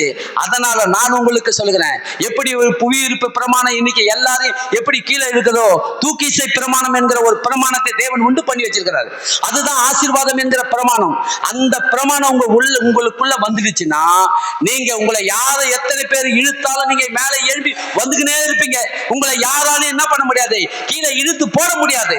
அப்ப இந்த பிரமாணம் உங்களுக்கு வேணும்னா, இயேசு கிறிஸ்துவை பற்றும் விசுவாசம் பலிக்கும். தேவ நீதி எவர்களுக்குள்ளும் எவர்கள் மேலும் அது உண்டாக வேண்டும். எவர்களுக்குள்ள அது பலிக்கும். அப்ப இயேசுவை தன் உள்ளத்திலே ஏற்றுக்கொள்ள வேண்டும். எத்தனை பேர் விசுவாசிக்கிறீங்க? ஆமா, இன்றைக்கு அப்படிதான் உலகம். அப்படிதான் இல்லைங்க, நான் நல்லா இருப்பேன், நல்லா இருக்க முடியாது, விட மாட்டாங்க. உங்களை நல்லா இருக்க விடவே மாட்டாங்க. நல்ல படிப்பு படிச்சுட்டு போய் சொல்லி பாருங்க, நல்லா படிச்சு சந்தோஷப்படுறாமே சொல்லுவாங்க, நான் சந்தோஷப்பட மாட்டாங்க.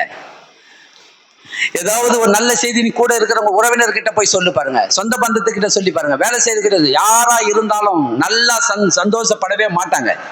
கூட பிறந்த சகோதரனா இருந்தா கூட சந்தோஷப்பட மாட்டாங்க. யோசேப்பு ஒரு சொப்பனத்தை கண்டான். சொப்பனத்தை கண்டு கூட பிறந்த சகோதரிகிட்ட போய் சொன்னான். சொன்னவன் என்ன பண்ணாங்க, எல்லாம் வாழ்த்துனாங்களா, வாப்பா என் சகோதரனே, நீ இந்த பூமிக்கு ராஜாவா ஆக போறியா, நீ தேசாதிபதி ஆக போறியா, நீ ஆளுகை செய்ய போறியா, பரவாயில்ல, ஆண்டவர் உன்னை கொண்டு ஒரு பெரிய காரியத்தை செய்ய போறாருன்னு சந்தோஷப்பட்டாங்களா? போராமை கொண்டார்கள். இவனை எப்படியாவது கொண்டு குழியில போட்டான்னு சொல்லி எல்லா சகோதரரும் ஒன்று கூடி அவனை கொண்டு போய் குழியில போட்டாருங்க. அப்படிப்பட்ட உலகத்துல வாழ்கிற உங்களுக்கு நான் சொல்லுகிறேன், இந்த போராமை நிறைந்த உலகத்துல, பாவம் நிறைந்த உலகத்துல, சாபம் நிறைந்த உலகத்துல நீங்க மேல எழும்பி வரணும். இயேசுவை பற்றும் விசுவாசம், அந்த நீதி உங்களுக்குள்ள உண்டாக வேண்டும். தூக்கிசை பிரமாணம் என்கிற ஆவிக்குரிய பிரமாணம் உங்களுக்குள் உண்டாக வேண்டும். ஆசீர்வாதம் என்கிற பிரமாணம் உங்க வீட்டுக்குள்ள வந்துடுச்சுன்னா யாராலையும் உங்களை ஒண்ணும் பண்ண முடியாது. நீங்க மேல மேல மேல வந்துகிட்டே இருப்பீங்க. இப்போது இருப்பதை பார்க்கலாம் 1000 மடங்கு பெருகுவீர்கள். இது சத்தியம். இயேசுவை விசுவாசிங்க. பக்கத்துல ஒரு சொல்லுங்க, இயேசுவை விசுவாசிங்க சொல்லுங்க. எத்தனை பேர் விசுவாசிக்கிறீங்க? இயேசுவை விசுவாசிக்கிறவர்களே நீங்கள் பாக்கியவான்கள். கர்த்தர் உங்களை ஆசீர்வதிப்பார். உங்களை தேவன் கைவிடவே மாட்டார். பாருங்க, பேதுரு கடைசியா ஒரு வார்த்தையை சொல்றாரு. இந்த பேதுரு சொன்ன வார்த்தையை மட்டும் நம்ம என்ன சொல்றாரு, மறுதளிச்சார் இல்லையா? பேதுரு தானே மறுதளிச்சாரு. மறுதளிக்கப்பட்டவர் அவர் ஒரு வார்த்தையை எழுதியிருக்கிறார் பாருங்க. படிங்க, 1 பேதுரு புத்தகம் 2ஆம் அதிகாரம் 24ஆம் வசனத்தை படிங்க. கடைசி வசனத்தை படிப்போம். 1 பேதுரு 2:24 படிங்க. நாம் பாவங்களுக்கு செத்து, பாருங்க இங்க சொல்றாரு பாருங்க, பேதுரு தெளிவா சொல்றாரு. சிலுவையில அவர் மறுதளித்தார் இல்லையா, அவர் சொல்றாரு பாருங்க, நான் பாவங்களுக்கு செத்து நீதிக்கு பிழைத்திருக்கும்படிக்கு அவர் தாமே தமது சரீரத்திலே நம்முடைய பாவங்களை சிலுவையின் மேல் சுமந்தார். அவருடைய தழும்புகளால் குணமானீர்கள். போதும். நீங்களும் நானும் எதற்காக எப்படி ஆயிட்டோம்? வியாதின்றதே உங்களுக்கு தாக்க முடியாது. எத்தனை பேரு வியாதிய வேணான்றீங்க? வியாதி வேணுமா வேணாவா? ஆமா, வியாதி வேணாம்னா இந்த வசனம் உங்க உள்ளத்துல வரணும். இந்த வசனம் உங்க உள்ளத்துல இருக்கும் என்று சொன்னா, நான் சத்தியமாகவே சொல்றேன், சவாலாக சொல்லுவேன், என்னால உறுதியா சொல்ல முடியும். சாதாரண ஒரு இரும்பல் வியாதி, தலைவலி வந்தா கூட நான் இந்த வசனத்தை எடுத்து உடனே சபிப்பேன். இயேசுவே, நாம் பாவங்களுக்கு செத்து நீதிக்கு பிழைக்கும்படி அவர் தாமே தமது சரீரத்தினாலே நம்மளுடைய பாவங்களை கல்வாரி சிலுவிலே சுமந்து தீர்த்தி உங்களுடைய தழும்புகளால் நான் குணமாயிட்டேன். சொல்லுங்க பாப்போம். இயேசுவே, உன் தழும்புகளால் நான் குணமானேன்னு சொல்லுங்க. எல்லாரும் சொல்லுங்க, இயேசுவின் தழும்புகளால் நான் குணமாயிட்டேன். ஆக போறீங்க இல்லைன்னா ஆயிட்டீங்க. அவர் சிலுவையை சுமந்தது அதுக்காக தான். நீங்களும் நானும் வியாதியோடு இருக்கக்கூடாது. உலகத்தில் இருக்கிற வியாதிகள் ஒன்றும் உங்களை தொடக்கூடாது. தொட்டுதுன்னா இயேசுவின் நாமத்தை சபிக்க. வியாதி என்னுடையது அல்ல, சுகம் என்னுடையது. 1 பேதுரு புத்தகம் 2ஆம் அதிகாரம் 24ஆம் வசனத்தின்படி நான் சுகமானேன். இயேசுவின் தழும்புகளால் நான் சுகமானேன். விசுவாசிக்கிறீங்களா? அதான் சத்தியங்க. இதுதான் தேவனுடைய வார்த்தை. இதுக்காக தான் ஆண்டவர் என்ன பண்ணாரு, வந்தாரு, வந்து நம்மளுக்கு மீட்பை கொடுத்துட்டாரு. அப்ப நம்ம எல்லாரும் மீட்கப்பட்டாச்சு. யாரெல்லாம் விசுவாசிக்கிறீங்களோ நீங்க எல்லாரும் மீட்கப்பட்டுட்டீங்க. அப்ப நம்ம எல்லாரும் என்னவாயிட்டோம்? தேவனுடைய பிள்ளைகளை ஆக்கப்பட்டோம். எத்தனை பேர் கவனிச்சிங்க? கொடுத்த செய்தி எல்லாருக்கும் பிரயோஜனமா இருந்ததா? ஆமா, இதுதான் தேவனுடைய வார்த்தையை நம்ம அறிகிற அறிவு நமக்கு வேண்டும். ஏன் வந்தாரு, எதுக்காக வந்தாரு? அவரை சும்மா ஏதோ பிடிச்சாச்சு இல்ல, அவரே ஒப்பு கொடுத்துட்டாரு. எனக்கு காரியம், என் பிதாவுடைய காரியம் நடக்கணும். அதனால என்ன பண்ணாரு, அடிமையின் ரூபம் எடுத்து வந்தாராம். அடிமை எப்படி ஒப்பு கொடுத்து எவ்வளவு அடி அடிச்சாலும் அந்த அடிமை பேசவே கூடாது. அதே மாதிரி அடிமையை போலவே ஒப்பு கொடுத்தாரு. எவ்வளவு வேணாலும் அடிச்சுக்கோ, எவ்வளவு வேணாலும் கொட்டிக்கோ, எவ்வளவு வேணாலும் துப்பிக்கோ, எவ்வளவு வேணாலும் தலையில கொம்பால அடிச்சுக்கோ, எல்லாம் நடக்கட்டும், எல்லாம் என் பிதாவுடைய சித்தம். என் பிதா இதற்காக தான் என்னை அனுப்பினாரு, என்னை நொறுக்கும்படி. பாருங்க, படிச்சு பாருங்க ஒன்னா, அப்புறம் போயிட்டு ஏசாயா தீர்க்கதரிசியின் புத்தகம் 53:10 படிச்சு பாருங்க. அவரை நொறுக்குவதே பிதாவுடைய சித்தமா இருந்தான். அவருடைய விருப்பமே, அப்பாவுடைய விருப்பம் என்ன விருப்பமா இருந்துதான்? பிள்ளைய நொறுக்குறது தான் அப்பாவுடைய விருப்பமா. வேற வழி இல்லை. மகனே, நீ போய் நீ போனாதான் மீட்கப்பட முடியும், நீ போலன்னா மீட்க முடியாது. அதனால உன்னை அடிச்சு நொறுக்கணும், நொறுக்குனாதான் அங்க வேலை நடக்கின்றாரு. அப்ப என்ன பண்றாரு? எங்க அப்பாவுடைய வேலை விருப்பத்தின்படி என்ன நடக்கட்டுன்னு ஒப்பு கொடுத்துட்டாரு. ஒப்பு கொடுத்தாரு. அப்படியே என்ன பண்றாரு? முடிந்தது எல்லாம். இன்றைக்கு நீங்களும் நானும் இன்னைக்கு சுகபல ஜீவனோடு இருக்கிறேன்னா, நம் ஆண்டவராகிய இயேசு நமக்காக பரிகாரம் செய்து முடிச்சிட்டாரு. இயேசு நமக்காக பரிகாரத்தை செய்து முடிச்சிட்டாரு. விசுவாசிக்கிறீங்களா? எல்லாரும் ஆயத்தமாயிருங்க. இப்போது நாம் திருவிருந்திலே பங்கு பெறுவோம். நம்ம எல்லாரும் கண்களை மூடி ஜெபம் பண்ணி நாம் திருவிருந்திலே நாம் பங்கு பெறுவோம். எல்லாரும் கண்களை மூடி ஜெபிப்போம். நல்ல தகப்பனே, நன்றியோடு உம்மை ஸ்தோத்திரிக்கிறோம் அப்பா. இந்த அற்புதமான மதியம் வேளையில ராஜா, இந்த ஆண்டவரே அப்பா, எங்களுக்காக மரித்த இந்த நாளிலே நாங்கள் உம்மை நினைவு கூறுகிறோம் அப்பா. என் தேவன் தாமே இந்த நாளிலே எங்களுக்காக கல்வாரி சிலுவையை சுமந்து தீர்த்த என் தெய்வமே, உமக்கு நன்றி சொல்கிறோம். இன்றைக்கு நாங்கள் எல்லோரும் ஆண்டவரே அப்பா, நாங்கள் இன்றைக்கு இந்த வார்த்தைகளை கேட்டு இதன்படி வாழ எங்களை தாழ்த்துகிறோம், அர்ப்பணிக்கிறோம், ஒப்பு கொடுக்கிறோம் ஆண்டவரே. உம்மை பற்றும் விசுவாசத்தினாலே பலிக்கும் தேவ நீதி எவர்களுக்குள்ளும் எவர்கள் மேலும் பலிக்கட்டும் ஆண்டவரே. இங்கே வந்திருக்கிற ஒவ்வொருவரும் உம்மை ஆண்டவரே அப்பா உம்முடைய ஏற்றுக்கொண்டு உம்முடைய இறுதி அவர்கள் இருதயத்தை திறந்து உமக்கு இடம் கொடுக்கட்டும்.